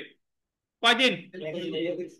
21 দিন সময় আদালতের জন্য নির্দেশনামূলক। নির্দেশনামূলক কেটে লেখেন বাধ্যতামূলক। নির্দেশনামূলক কেটে দেন, কি লিখবেন? বাধ্যতামূলক। আদালত প্রয়োজনে সময় বৃদ্ধি করতে পারে, এটা কেটে পারের পর একটা না করে দেন, পারে না।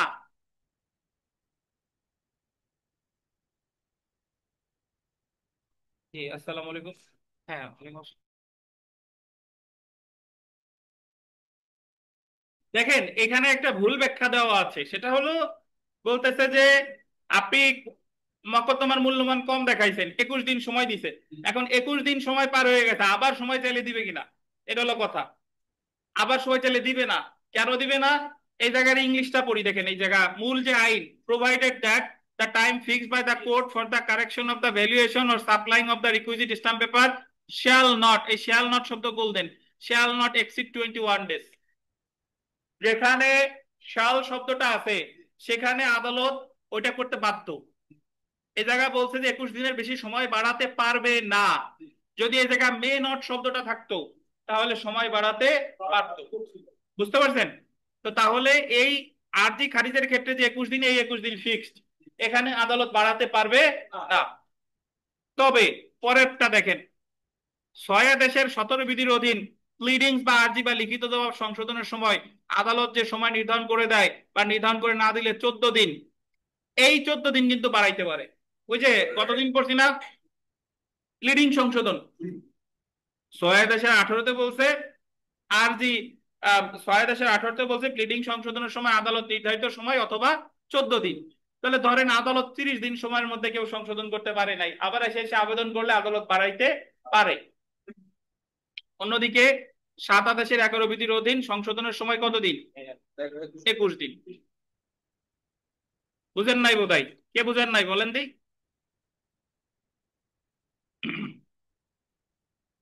এখন আমরা চলে আসি আরজি নাকচ বা প্রত্যাখ্যানের বিরুদ্ধে প্রতিকার। আরজি নাকচ বা আরজি ফেরতের বিরুদ্ধে প্রতিকার ছিল কয়টা? 2টা। ওই যে যথাযথ ব্যক্তি সম্পন্ন আদালতে মামলা দায়ের করা অথবা আপিল করা, মিস আপিল করা, জি। এখন আরজি নাকচ বা প্রত্যাখ্যান হলো একটা ডিম ডিক্রি। আমরা যখন ডিক্রি আদেশ রায় পড়ছিলাম মনে আছে কিনা, ওই সময় পড়ছিলাম যে ডিক্রির যে শর্তাবলী, এই শর্তাবলী পূরণ না করলেও 2টা সিদ্ধান্ত আছে যেগুলার হলো ডিক্রি বলে বিবেচিত হবে, এটা হলো ডিম ডিক্রি। একটা হলো আরজি প্রত্যাখ্যান আর একটা হলো রেস্টিটিউশন, মনে আছে কিনা, পুনরুদ্ধার, প্রত্যার্পণ, প্রত্যার্পণ।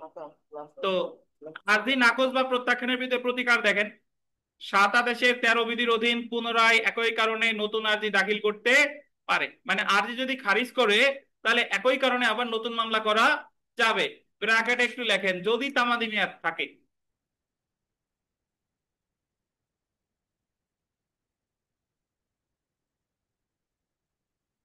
যদি তামাদি মেয়াদ থাকে।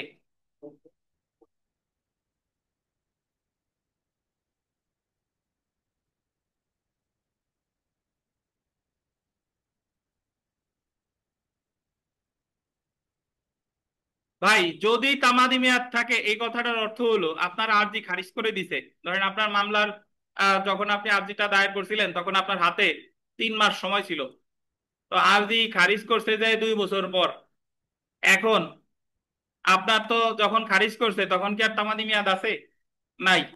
এই ক্ষেত্রে আর নতুন মামলা করা যাবে না। কিন্তু আরজি যদি ফেরত দিত তাইলে আবার যথাযথ ব্যক্তি সম্পন্ন আদালতে মামলা করতে পারতে। কিন্তু আরজি খারিজ করলে যে সময়টা প্রথম আদালতে ব্যয় হলো এটা আর বাদ দেওয়া যাবে না। হ্যাঁ, জুনায়েরা চৌধুরী বলেন। আসসালামাইকুম স্যার। স্যার, আমি একটু কনফিউজ হয়ে যাচ্ছি। আর জি ফেরত আর আর জি নাকচ, এই দুইটা হুম, বিষয় কনফিউশনের কিছু নাই।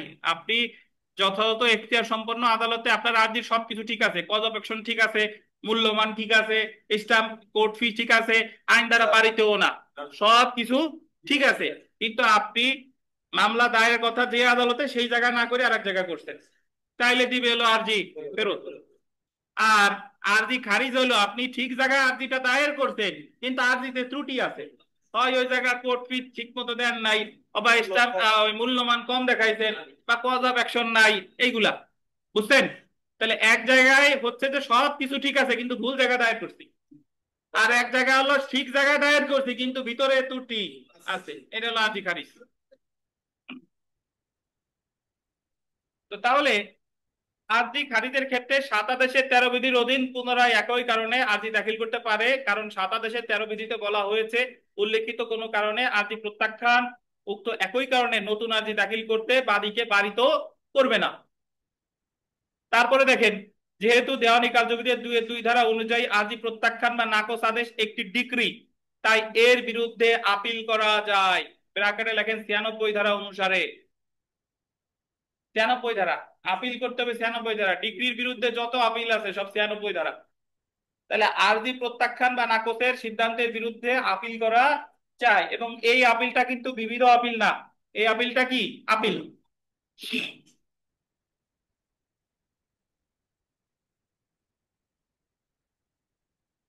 3 নাম্বার পয়েন্ট লেখেন। অধিকার অ্যাকচুয়ালি 3টা আছে।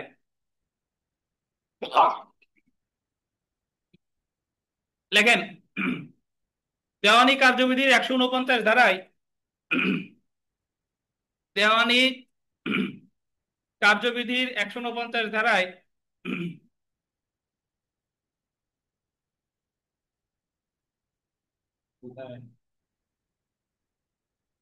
যথাযথ কোর্ট ফি জমা দিয়ে যথাযথ কোর্ট ফি জমা দিয়ে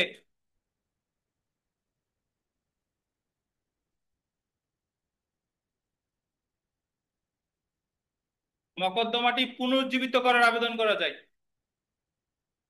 মকদ্দমাটি পুনরুজ্জীবিত করার আবেদন করা যায়।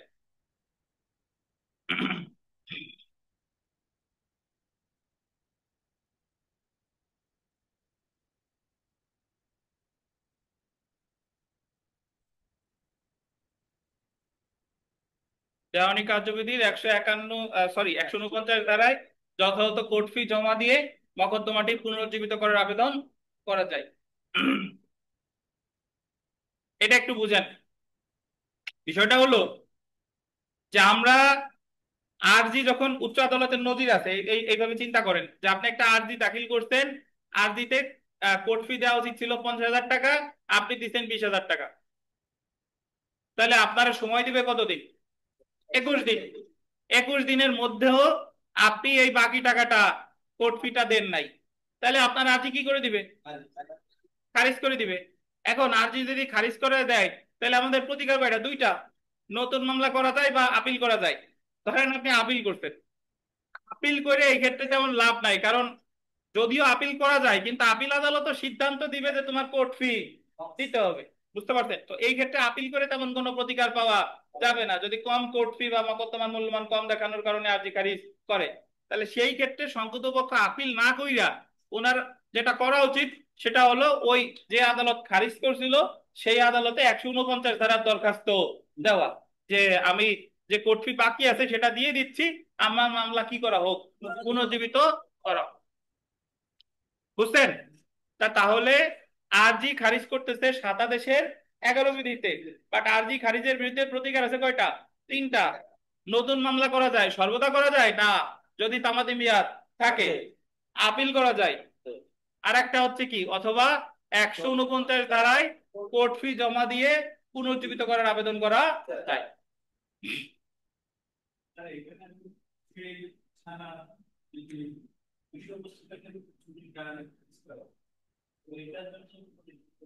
না, 149 ধারা তখনই প্রযোজ্য যখন আপনার কোর্ট ফির জন্য মামলাটা খারিজ করছে। 1 আর 4 এর ক্ষেত্রে না। 1 আর 4 মানে ওই যে কজ অফ অ্যাকশন নাই বা আইন দ্বারা বাড়িত, এই 2টার ক্ষেত্রে না। আচ্ছা, তো দেখেন আরজি প্রত্যাখ্যানের আবেদন নামঞ্জুর, রিফিউজিং রিজেকশন অফ প্লেইন্ট। লাইনটা তাৎপর্যপূর্ণ। আরজি প্রত্যাখ্যানের আবেদন কে করে? বাদী না বিবাদী? বাদী তো দেয় আরজি, আর প্রত্যাখ্যানের আবেদনটা কে করবে? বিবাদী। তাহলে বিবাদী আবেদন কি করছে? নামঞ্জুর করছে। বিবাদীর আবেদন নামঞ্জুর করছে মানে হলো আবেদন প্রত্যাখ্যান, মানে আরজি প্রত্যাখ্যান করে নাই। তো তাহলে বিবাদীর একটা জিনিস শুনেন, আরজি প্রত্যাখ্যান যদি হয় তাহলে সংক্ষুব্ধ বাদী, এটা একটা ডিক্রি, বাদীর প্রতিকার এতক্ষণ ধরে পড়লাম। আর আরজি প্রত্যাখ্যানের দরখাস্ত যদি নামঞ্জুর হয়, আরজি প্রত্যাখ্যানের দরখাস্ত দেয় বিবাদী, কিন্তু তার দরখাস্ত নামঞ্জুর করে দিচ্ছে, আদালত বললো যে না, বাদীর আরজিতে কোনো ত্রুটি নাই, তোমার দরখাস্ত নামঞ্জুর করে দিলাম। তাহলে এই ক্ষেত্রে বিবাদীর প্রতিকার হলো রিভিশন। আরজি প্রত্যাখ্যানের দরখাস্ত নামঞ্জুর হলো একটা আপিল অযোগ্য আদেশ, এই জন্য বিবাদীর প্রতিকার কি? রিভিশন। আর বিবাদীর আরজি প্রত্যাখ্যানের দরখাস্তটা যদি মঞ্জুর হতো তাহলে সংক্ষুব্ধ হতো বাদী, বাদীর প্রতিকার হলো আপিল। বুঝছেন? আচ্ছা, আরজি প্রত্যাখ্যানের আবেদন না মঞ্জুরের সিদ্ধান্ত হলো একটি আদেশ এবং আপিল অযোগ্য। আপিল অযোগ্য, নট যোগ্য, আপিল। বুঝেন নাই বোধহয়? আপনি এইভাবে চিন্তা করেন, আরজি প্রত্যাখ্যানের দরখাস্ত কে দেয়? নিজের মনে প্রশ্ন করেন। বিবাদী। তাহলে বিবাদীর দরখাস্ত না মঞ্জুর হয়েছে, মানে বাদীর আরজি প্রত্যাখ্যান করে নাই, তাহলে এটা একটা আপিল অযোগ্য আদেশ। এটার বিরুদ্ধে প্রতিকার কি? রিভিশন। অর্থাৎ যে ক্ষেত্রে বিবাদী আরজি প্রত্যাখ্যানের আবেদন করে, সেই ক্ষেত্রে আদালত উক্ত আবেদন নামঞ্জুর করলে উক্ত নামঞ্জুরের সিদ্ধান্ত হলো একটা আদেশ এবং আপিল অযোগ্য, সেহেতু রিভিশন দায়ের করা যাবে। হ্যাঁ, বিবাদী তো করবে। তার আবেদন যদি নামঞ্জুর হয় তাহলে রিভিশন কে করবে? বিবাদী। কারণ আপনি বাদী হয়ে যদি আপনার মন গলে, আমরা আপনি আজকে করবেন, আবার আপনি রিভিশন করলেন। যে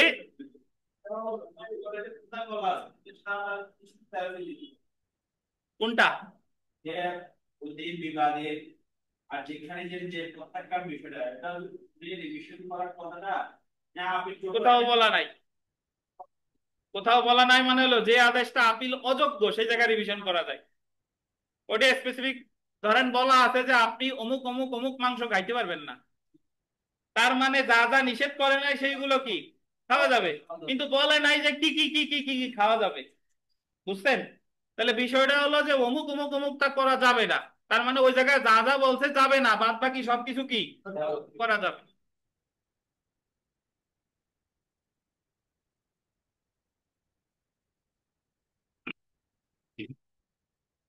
আচ্ছা, তো এখন আপনি যদি আরজি ফেরত আর আরজি প্রত্যাখ্যানের সাদৃশ্য বৈসাদৃশ্য দেখেন, এগুলো আপনারা রিডিং পড়ে নিয়েন বাসায় বসে।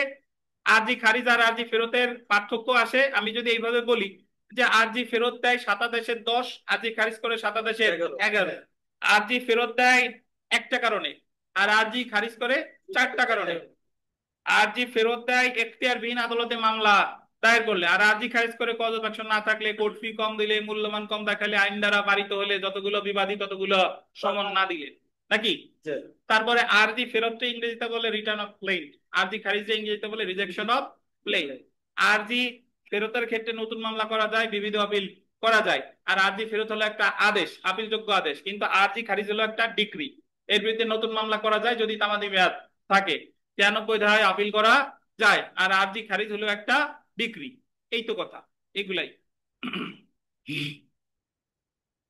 এখন ভাই, আরজি প্রত্যাখ্যান রিজেকশন অফ ক্লেইম মানে আরজি খারিজ আর মামলা খারিজ ডিসমিসাল অফ সুট, এই দুইটার ভিতরে একটু পার্থক্য বুঝতে হবে। একটা হলো আরজি প্রত্যাখ্যান বা আরজি প্রত্যাখ্যানের আর একটা আরজি খারিজ, আর একটা হলো মামলা খারিজ বা ডিসমিসাল অফ সুট। বইয়ের পড়া পরে পড়বো, আগে আমার কথা শুনেন। আরজিতে যদি ত্রুটি থাকে তাহলে আরজি হয় খারিজ, আর মামলায় যদি ত্রুটি থাকে, বাদীর যদি ত্রুটি থাকে, তাহলে মামলা খারিজ। শুনেন, আরজি একটা বস্তু না, মানে কাগজ, কতগুলা কাগজ লিখছেন, ওই কাগজে যদি ত্রুটি থাকে তাহলে কি হবে? আরজি খারিজ। আর কোন মামলায় যদি বাদীর ত্রুটি থাকে, স্বয়ং বাদী, তাইলে হবে মামলা খারিজ। বুঝেন নাই বোধহয়? দেওয়ানি কার্যবিধিতে আরজি খারিজ এক জায়গায় আছে, সেটা হলো 27-11 বিধি। এটা ছাড়া আর কোন জায়গায় আরজি খারিজ নাই, এবং আরজি খারিজের কারণ মোটামুটি 4টা আর হলো একটা 5টা। বুঝছেন? কিন্তু মামলা খারিজ দেওয়ানি কার্যবিধির অনেক জায়গায় আছে। মামলা খারিজ হয় কার কারণে? বাদীর ত্রুটির কারণে। আর আরজি খারিজ হয় আরজির ত্রুটির কারণে। মামলা খারিজ কখন হয়? শুনানির দিন বিবাদী আসছে, বাদী আসে নাই, ত্রুটি কার? বাদীর, আরজি খারিজ। শুনানির দিন বাদী বিবাদী কেউ আসে নাই, ত্রুটি কার? বাদীর, মামলা খারিজ। বুঝতে পারছেন? এছাড়া আরো বেশ কয়েক জায়গায় মামলা খারিজ আছে, বাট আপাতত মনে রাখবেন যে আরজির ত্রুটি থাকলে হয় আরজি খারিজ, আর বাদীর ত্রুটির কারণে হয় কি? মামলা খারিজ। তো আমরা মোটামুটি যারা অধিকাংশ লোক যারা দেওয়ানিতে সামনে পড়বেন বা এই বিষয়টা অনেকের ক্লিয়ার না, তারা ভাবে আরজি খারিজও যা, মামলা খারিজও তাই। অ্যাকচুয়ালি তা না। আরজি খারিজ একটা ডিক্রি, মামলা খারিজ কিন্তু ডিক্রি না। মামলা খারিজ হচ্ছে আদেশ, এটা কখনো আপিল যোগ্য, কখনো আপিল অযোগ্য। বুঝছেন? তো যদি সংক্ষেপে বলতে বলেন যে আরজি খারিজ মামলা খারিজ কি কি বলবেন? মামলা খারিজ হলো বাদীর ত্রুটি। আর আরজি খারিজ কোথায় আছে? 7/11। মামলা খারিজ কোথায় আছে? মামলা খারিজ অনেক জায়গায় আছে, আপাতত মনে রাখেন দেওয়ানি কার্যবিধি বহু জায়গায় আছে। এই যে দেখেন একটু পড়ি। আরজি প্রত্যাখ্যান বা মকদ্দমা খারিজের মধ্যে মৌলিক পার্থক্য হলো এই যে আরজি প্রত্যাখ্যান বা নাকচ হলো একটা ডিক্রি, এর বিরুদ্ধে আপিল করা যায়, কিন্তু মামলা খারিজ কিন্তু ডিক্রি না। মামলা খারিজ হলো একটা কি আদেশ, এটা কখনো আপিল যোগ্য, কখনো এটা আপিল অযোগ্য। বুঝছেন? তারপরে যদি দেখেন যে কিন্তু মকদ্দমা খারিজ হলো একটা আদেশ, এটা আপিল যোগ্য হতে পারে আবার নাও হতে পারে। মকদ্দমা খারিজের বিরুদ্ধে আপিল করা যাবে কিনা তা নির্ভর করে নির্দিষ্ট কোনো বিধিতে মকদ্দমা খারিজ আদেশের বিরুদ্ধে আপিল করার বিধান আছে কিনা। যেমন 9 আদেশের অধীন শুনানির দিনে বাদীর অনুপস্থিতির কারণে মকদ্দমা খারিজ করা হলে তার বিরুদ্ধে আপিল করা যায় না, কারণ এই ক্ষেত্রে আপিলের বিধান দেওয়ানি কার্যবিধিতে উল্লেখ করা হয়নি। কিন্তু 11 আদেশের 21 বিধির অধীন বাদী মকদ্দমা কোনো প্রশ্নের উত্তর দিতে ব্যর্থ হওয়ার কারণে মকদ্দমা খারিজের আদেশ দিলে উক্ত আদেশের বিরুদ্ধে আপিল করা যায়। এই 9 আদেশের 11 আদেশ সামনে আমরা পড়বো, তো এখানে আপনার বিচলিত হওয়ার কোনো কারণ নাই।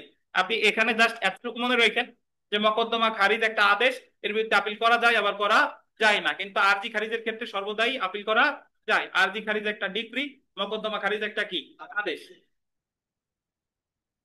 আর দরকার নাই, আমরা এখানে একটা টেবিলে চলে আসি। দেখেন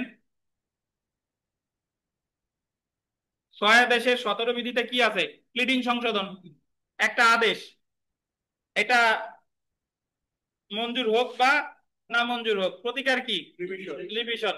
7 আদেশের 10 বিধি আরজি ফেরত একটা কি আদেশ, বাট এই আদেশটা হলো আপিলযোগ্য আদেশ। এই যে ফর দা ফার্স্ট টাইম আমরা একটা আপিলযোগ্য আদেশ পেলাম, সেটা হলো 7 আদেশের 10 বিধি, এর বিরুদ্ধে আপিল করা যায় বা নতুন করে আরজি দাখিল করা যায়।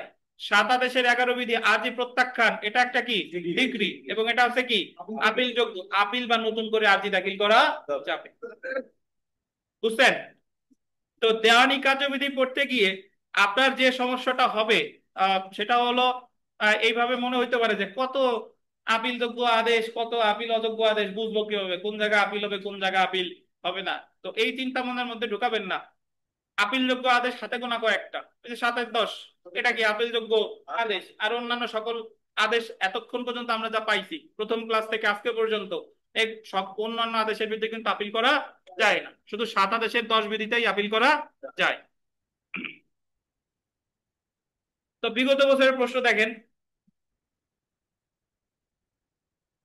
The code of civil procedure 1908 এর অর্ডার 7 রুল 9(1)A অনুসরণ না করে মকদ্দমা দায়ের করলে কোন বিধান অনুসারে বিবাদীর প্রতিকার আছে?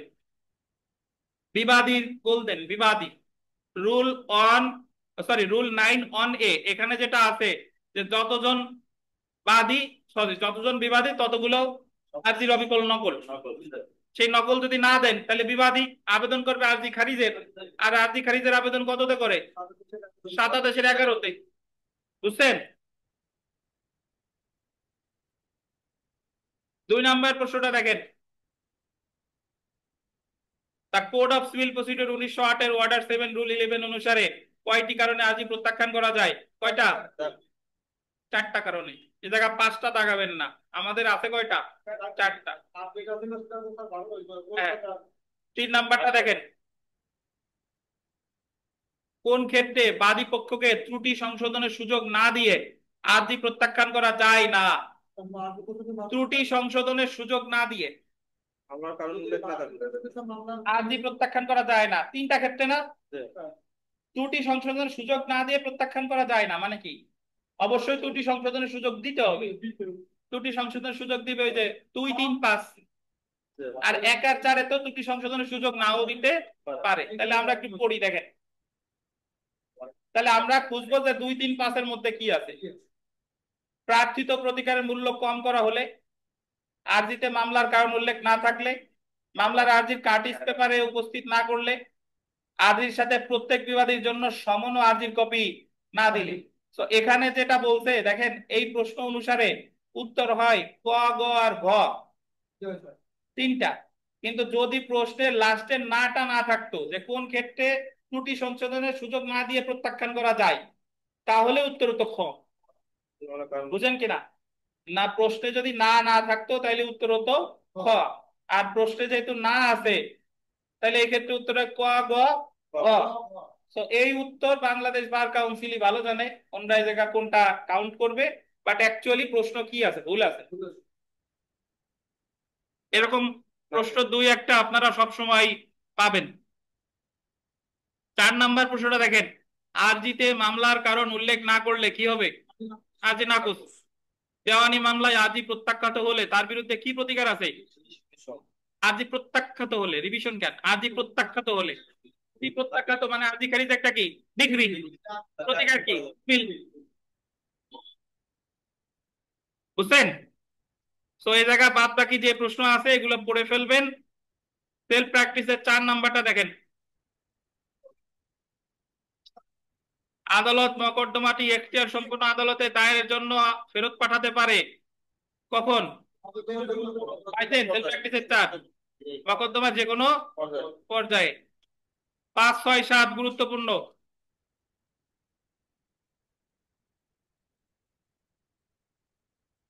16 নাম্বারটা দেখেন, 16 গুরুত্বপূর্ণ। আদালত আর্জি প্রত্যাখ্যান বা নাকচ করলে একই বিষয়ে নতুন করে আর্জি দাখিল করা যায় দেওয়ানি কার্যবিধির কত বিধি অনুসারে? 7 আদেশের 13, 7 আদেশের 13, 17, 18 গুরুত্বপূর্ণ। আমরা চলে আসি 7 আদেশের পরের অংশে।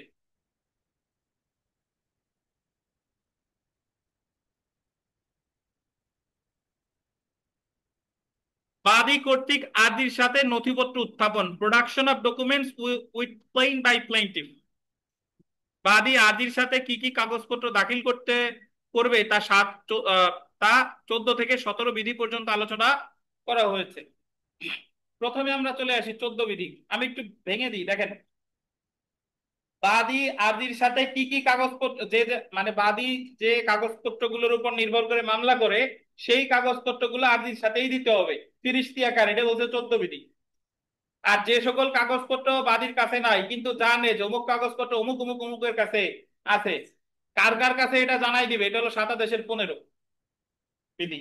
আবার বলি, আমি মামলা করতেছি, আমার কাছে যা যা আছে সবকিছু আমি ফিরিস্তি আকারে দেবো, 7 আদেশের 14। যে ডকুমেন্টের কথা আমি লিখছি বাট আমার কাছে নাই, কার কার কাছে আছে জানাই দিব, এটা কত? 7 আদেশের 15। এই যে দেখেন, বিধি 14 পড়ি।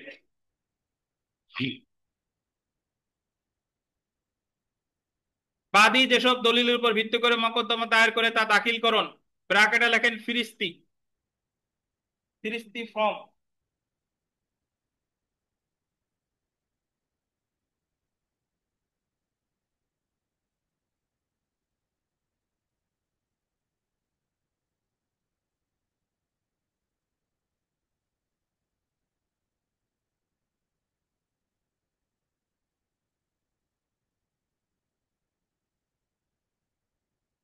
বাদী যেসব দলিলের উপর ভিত্তি করে মকদ্দমা দায়ের করে তা আর্জির সাথে দাখিল করতে হবে।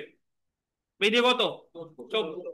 বাদী তার দাবির সমর্থন পূর্বক প্রমাণ হিসেবে অন্য কোনো দলিলের উপর, আন্ডারলাইন পয়েন্ট, অন্য কোনো দলিলের উপর নির্ভর করলে তা এবং তা তার হস্তগত বা আওতাধীন না থাকলে সেক্ষেত্রে উক্ত দলিল সমূহের একটি তালিকা প্রস্তুত করবে। হস্তগত বা আওতাধীন মানে তা তার কাছে নাই, সেক্ষেত্রে একটা দলিল সমূহের কি তৈরি করবে? তালিকা। এবং উক্ত দলিল কার দখলে বা হস্তগত তা উল্লেখ করে আর্জির সাথে কি করবে? যুক্ত করবে। বিধিগত 15। তাহলে আমার সাথে যা যা আছে আমি ফিরিস্তি আকারে আর্জির সাথে দেব, কত বিধি? 14। আমি উল্লেখ করছি বাট আমার কাছে নাই, কার কাছে আছে এটা উল্লেখ করে দিব, কত? 15। বুঝছেন? আমরা চলে এসে 18 বিধি। আরজি দাখিলের সময় যে সকল দলিল দাখিল করা হয়নি তার অগ্রহণযোগ্যতা। এটার অর্থ হলো, আগে একটু বলে নিই, আরজি দাখিলের সময় আপনার দলিল দাখিলের দরকার ছিল, আপনার কাছে আছে বাট আপনি দাখিল করেন নাই, ওই মুহূর্তে করেন নাই, পরে আর দাখিল করতে পারবেন না। এটাই বলতেছে 7 আদেশের 18 বিধিতে। আপনি যে সকল দলিলের উপর নির্ভর করেন এটা আরজির সাথে সাথেই দিতে হবে।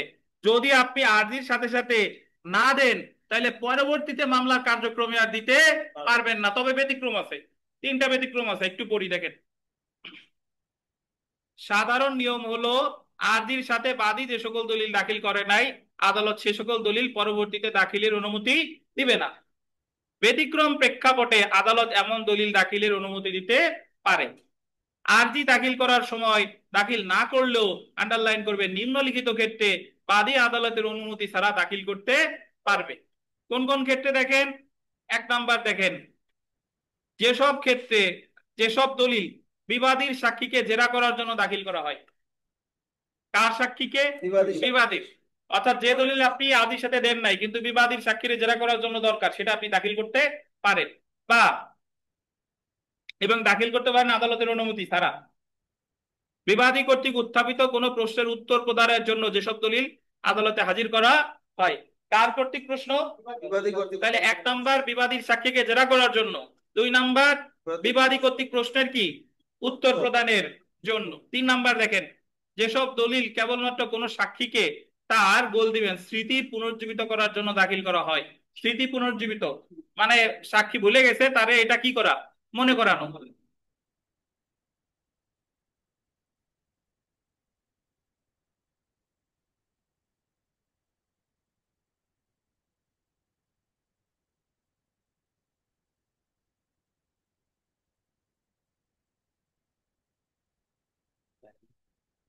আপা, জি, আসছি, গোপালগঞ্জ আসছি আমি।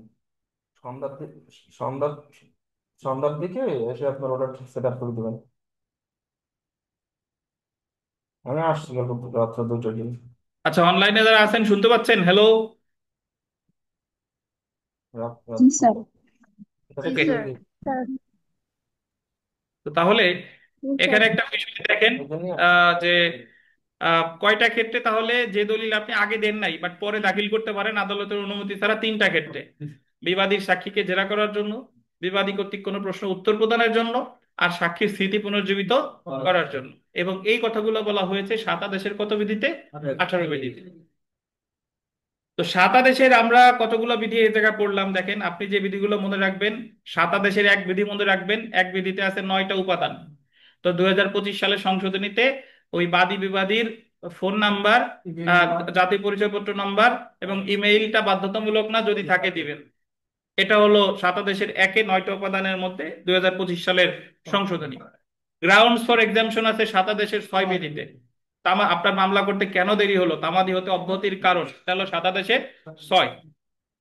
এরপরে ভুল এখতিয়ার সম্পন্ন আদালতে কোন কোন এখতিয়ার: আর্থিক এখতিয়ার বা আঞ্চলিক এখতিয়ার যদি ভুল করেন তাহলে আরজি হয় ফেরত।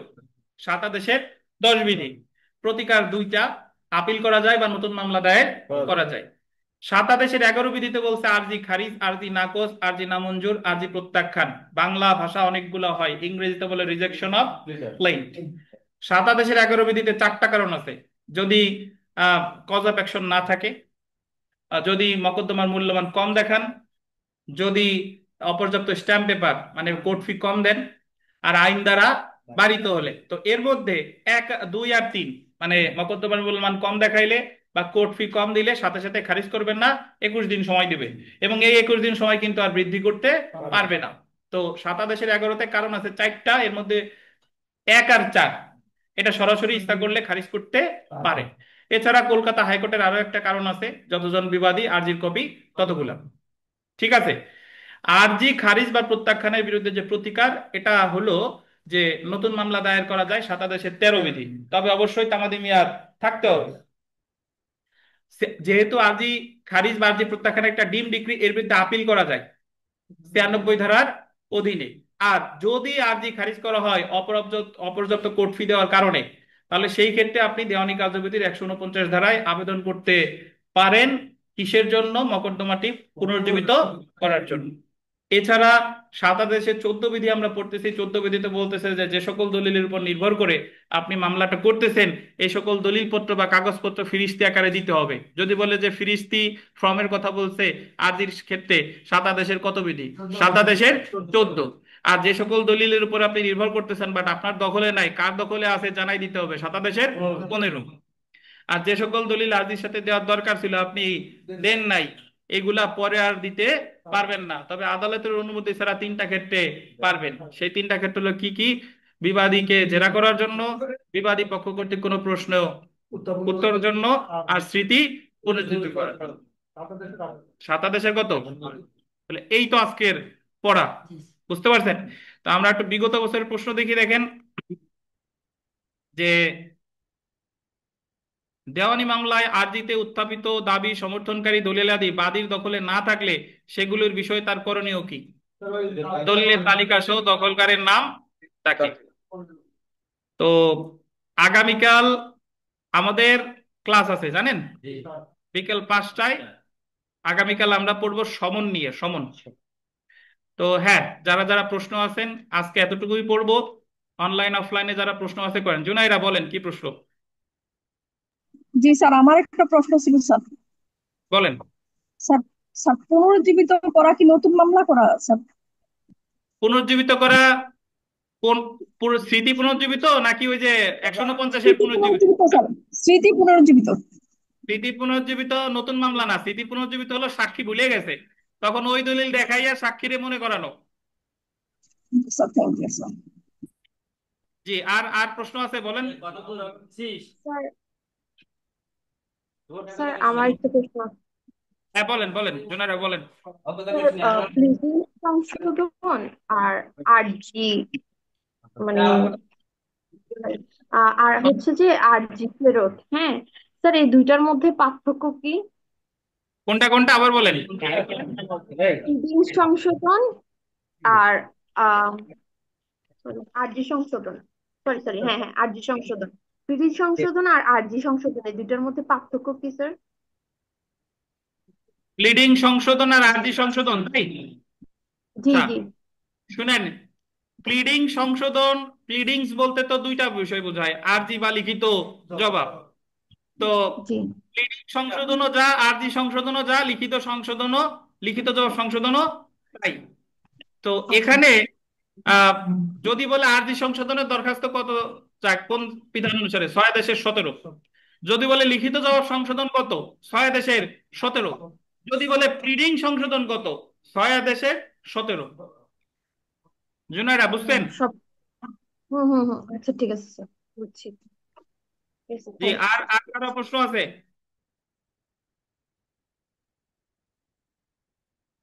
হ্যালো?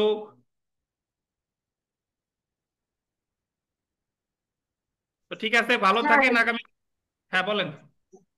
বলছি স্যার, ডিম ডিগ্রিটা একটু বলবেন, ভুলে গেছি স্যার হঠাৎ করে। ডিম ডিক্রি হলো যে সাধারণত একটা মামলা আরজি দাখিলের মাধ্যমে দায়ের করতে হয়, এবং ওই ডিক্রিটা পেতে গেলে ডিক্রির মাধ্যমে ওই আরজিটা নিষ্পত্তি হয় ডিক্রির মাধ্যমে, এবং এর মধ্যে সমন, লিখিত জবাব, এডিআর, বিচার্য বিষয় গঠন, 30 ধারা, settling date for peremptory hearing, peremptory hearing, further peremptory hearing, argument, judgement, এরপরে গিয়ে ডিক্রি। অর্থাৎ আরজি দাখিলের পর ডিক্রি পেতে পেতে অনেক স্টেপ পার হয়ে ডিক্রিটা পাই। কিন্তু কিছু কিছু ডিক্রি সিদ্ধান্ত আছে যেগুলো ডিক্রি, কিন্তু ডিক্রির এই বৈশিষ্ট্যগুলো পালন করে না, যেগুলা ওই সিদ্ধান্তগুলো, ডিম শব্দের অর্থ হলো বিবেচিত হওয়া, তো ওইগুলো ডিক্রি বলে বিবেচিত হবে। তো এরকম একটা ডিক্রি হলো আরজি খারিজ। ধরেন আপনি মামলা করতেন, মামলা করার সাথে সাথে দেখা গেল যে কজ অফ অ্যাকশন নাই, খারিজ করে দিল। তো এই মামলাটা কি বিচার্য বিষয় গঠন হয়েছে? এই মামলা কি সাক্ষ্য গ্রহণ হয়েছে? কিছু হয় নাই। তাও এটা একটা সিদ্ধান্ত, কিন্তু এটা ডিক্রি হিসেবে কি হচ্ছে? বিবেচিত হচ্ছে, যদিও ডিক্রির সকল বৈশিষ্ট্য এটাতে নাই। এই কারণে এটাকে বলে ডিম ডিক্রি, বা যেটা ডিগ্রি বলে বিবেচিত হবে। তো এরকম ডিক্রির যে সংজ্ঞা আছে দুই আদেশের দুই বিধিতে, ডিম ডিক্রি আছে দুইটা। একটা হলো যেগুলা ডিক্রি বলে বিবেচিত হবে, একটা হলো 7/11-তে আরজি প্রত্যাখ্যান, আর একটা হলো দেওয়ানি কার্যবিধির 144 ধারায় রেস্টিটিউশন বা প্রত্যার্পণ। বুঝছেন? হ্যালো? জি স্যার, বুঝতে পারছি। জি স্যার, বুঝছি। আর কোনো কিছু জিজ্ঞাসার আছে?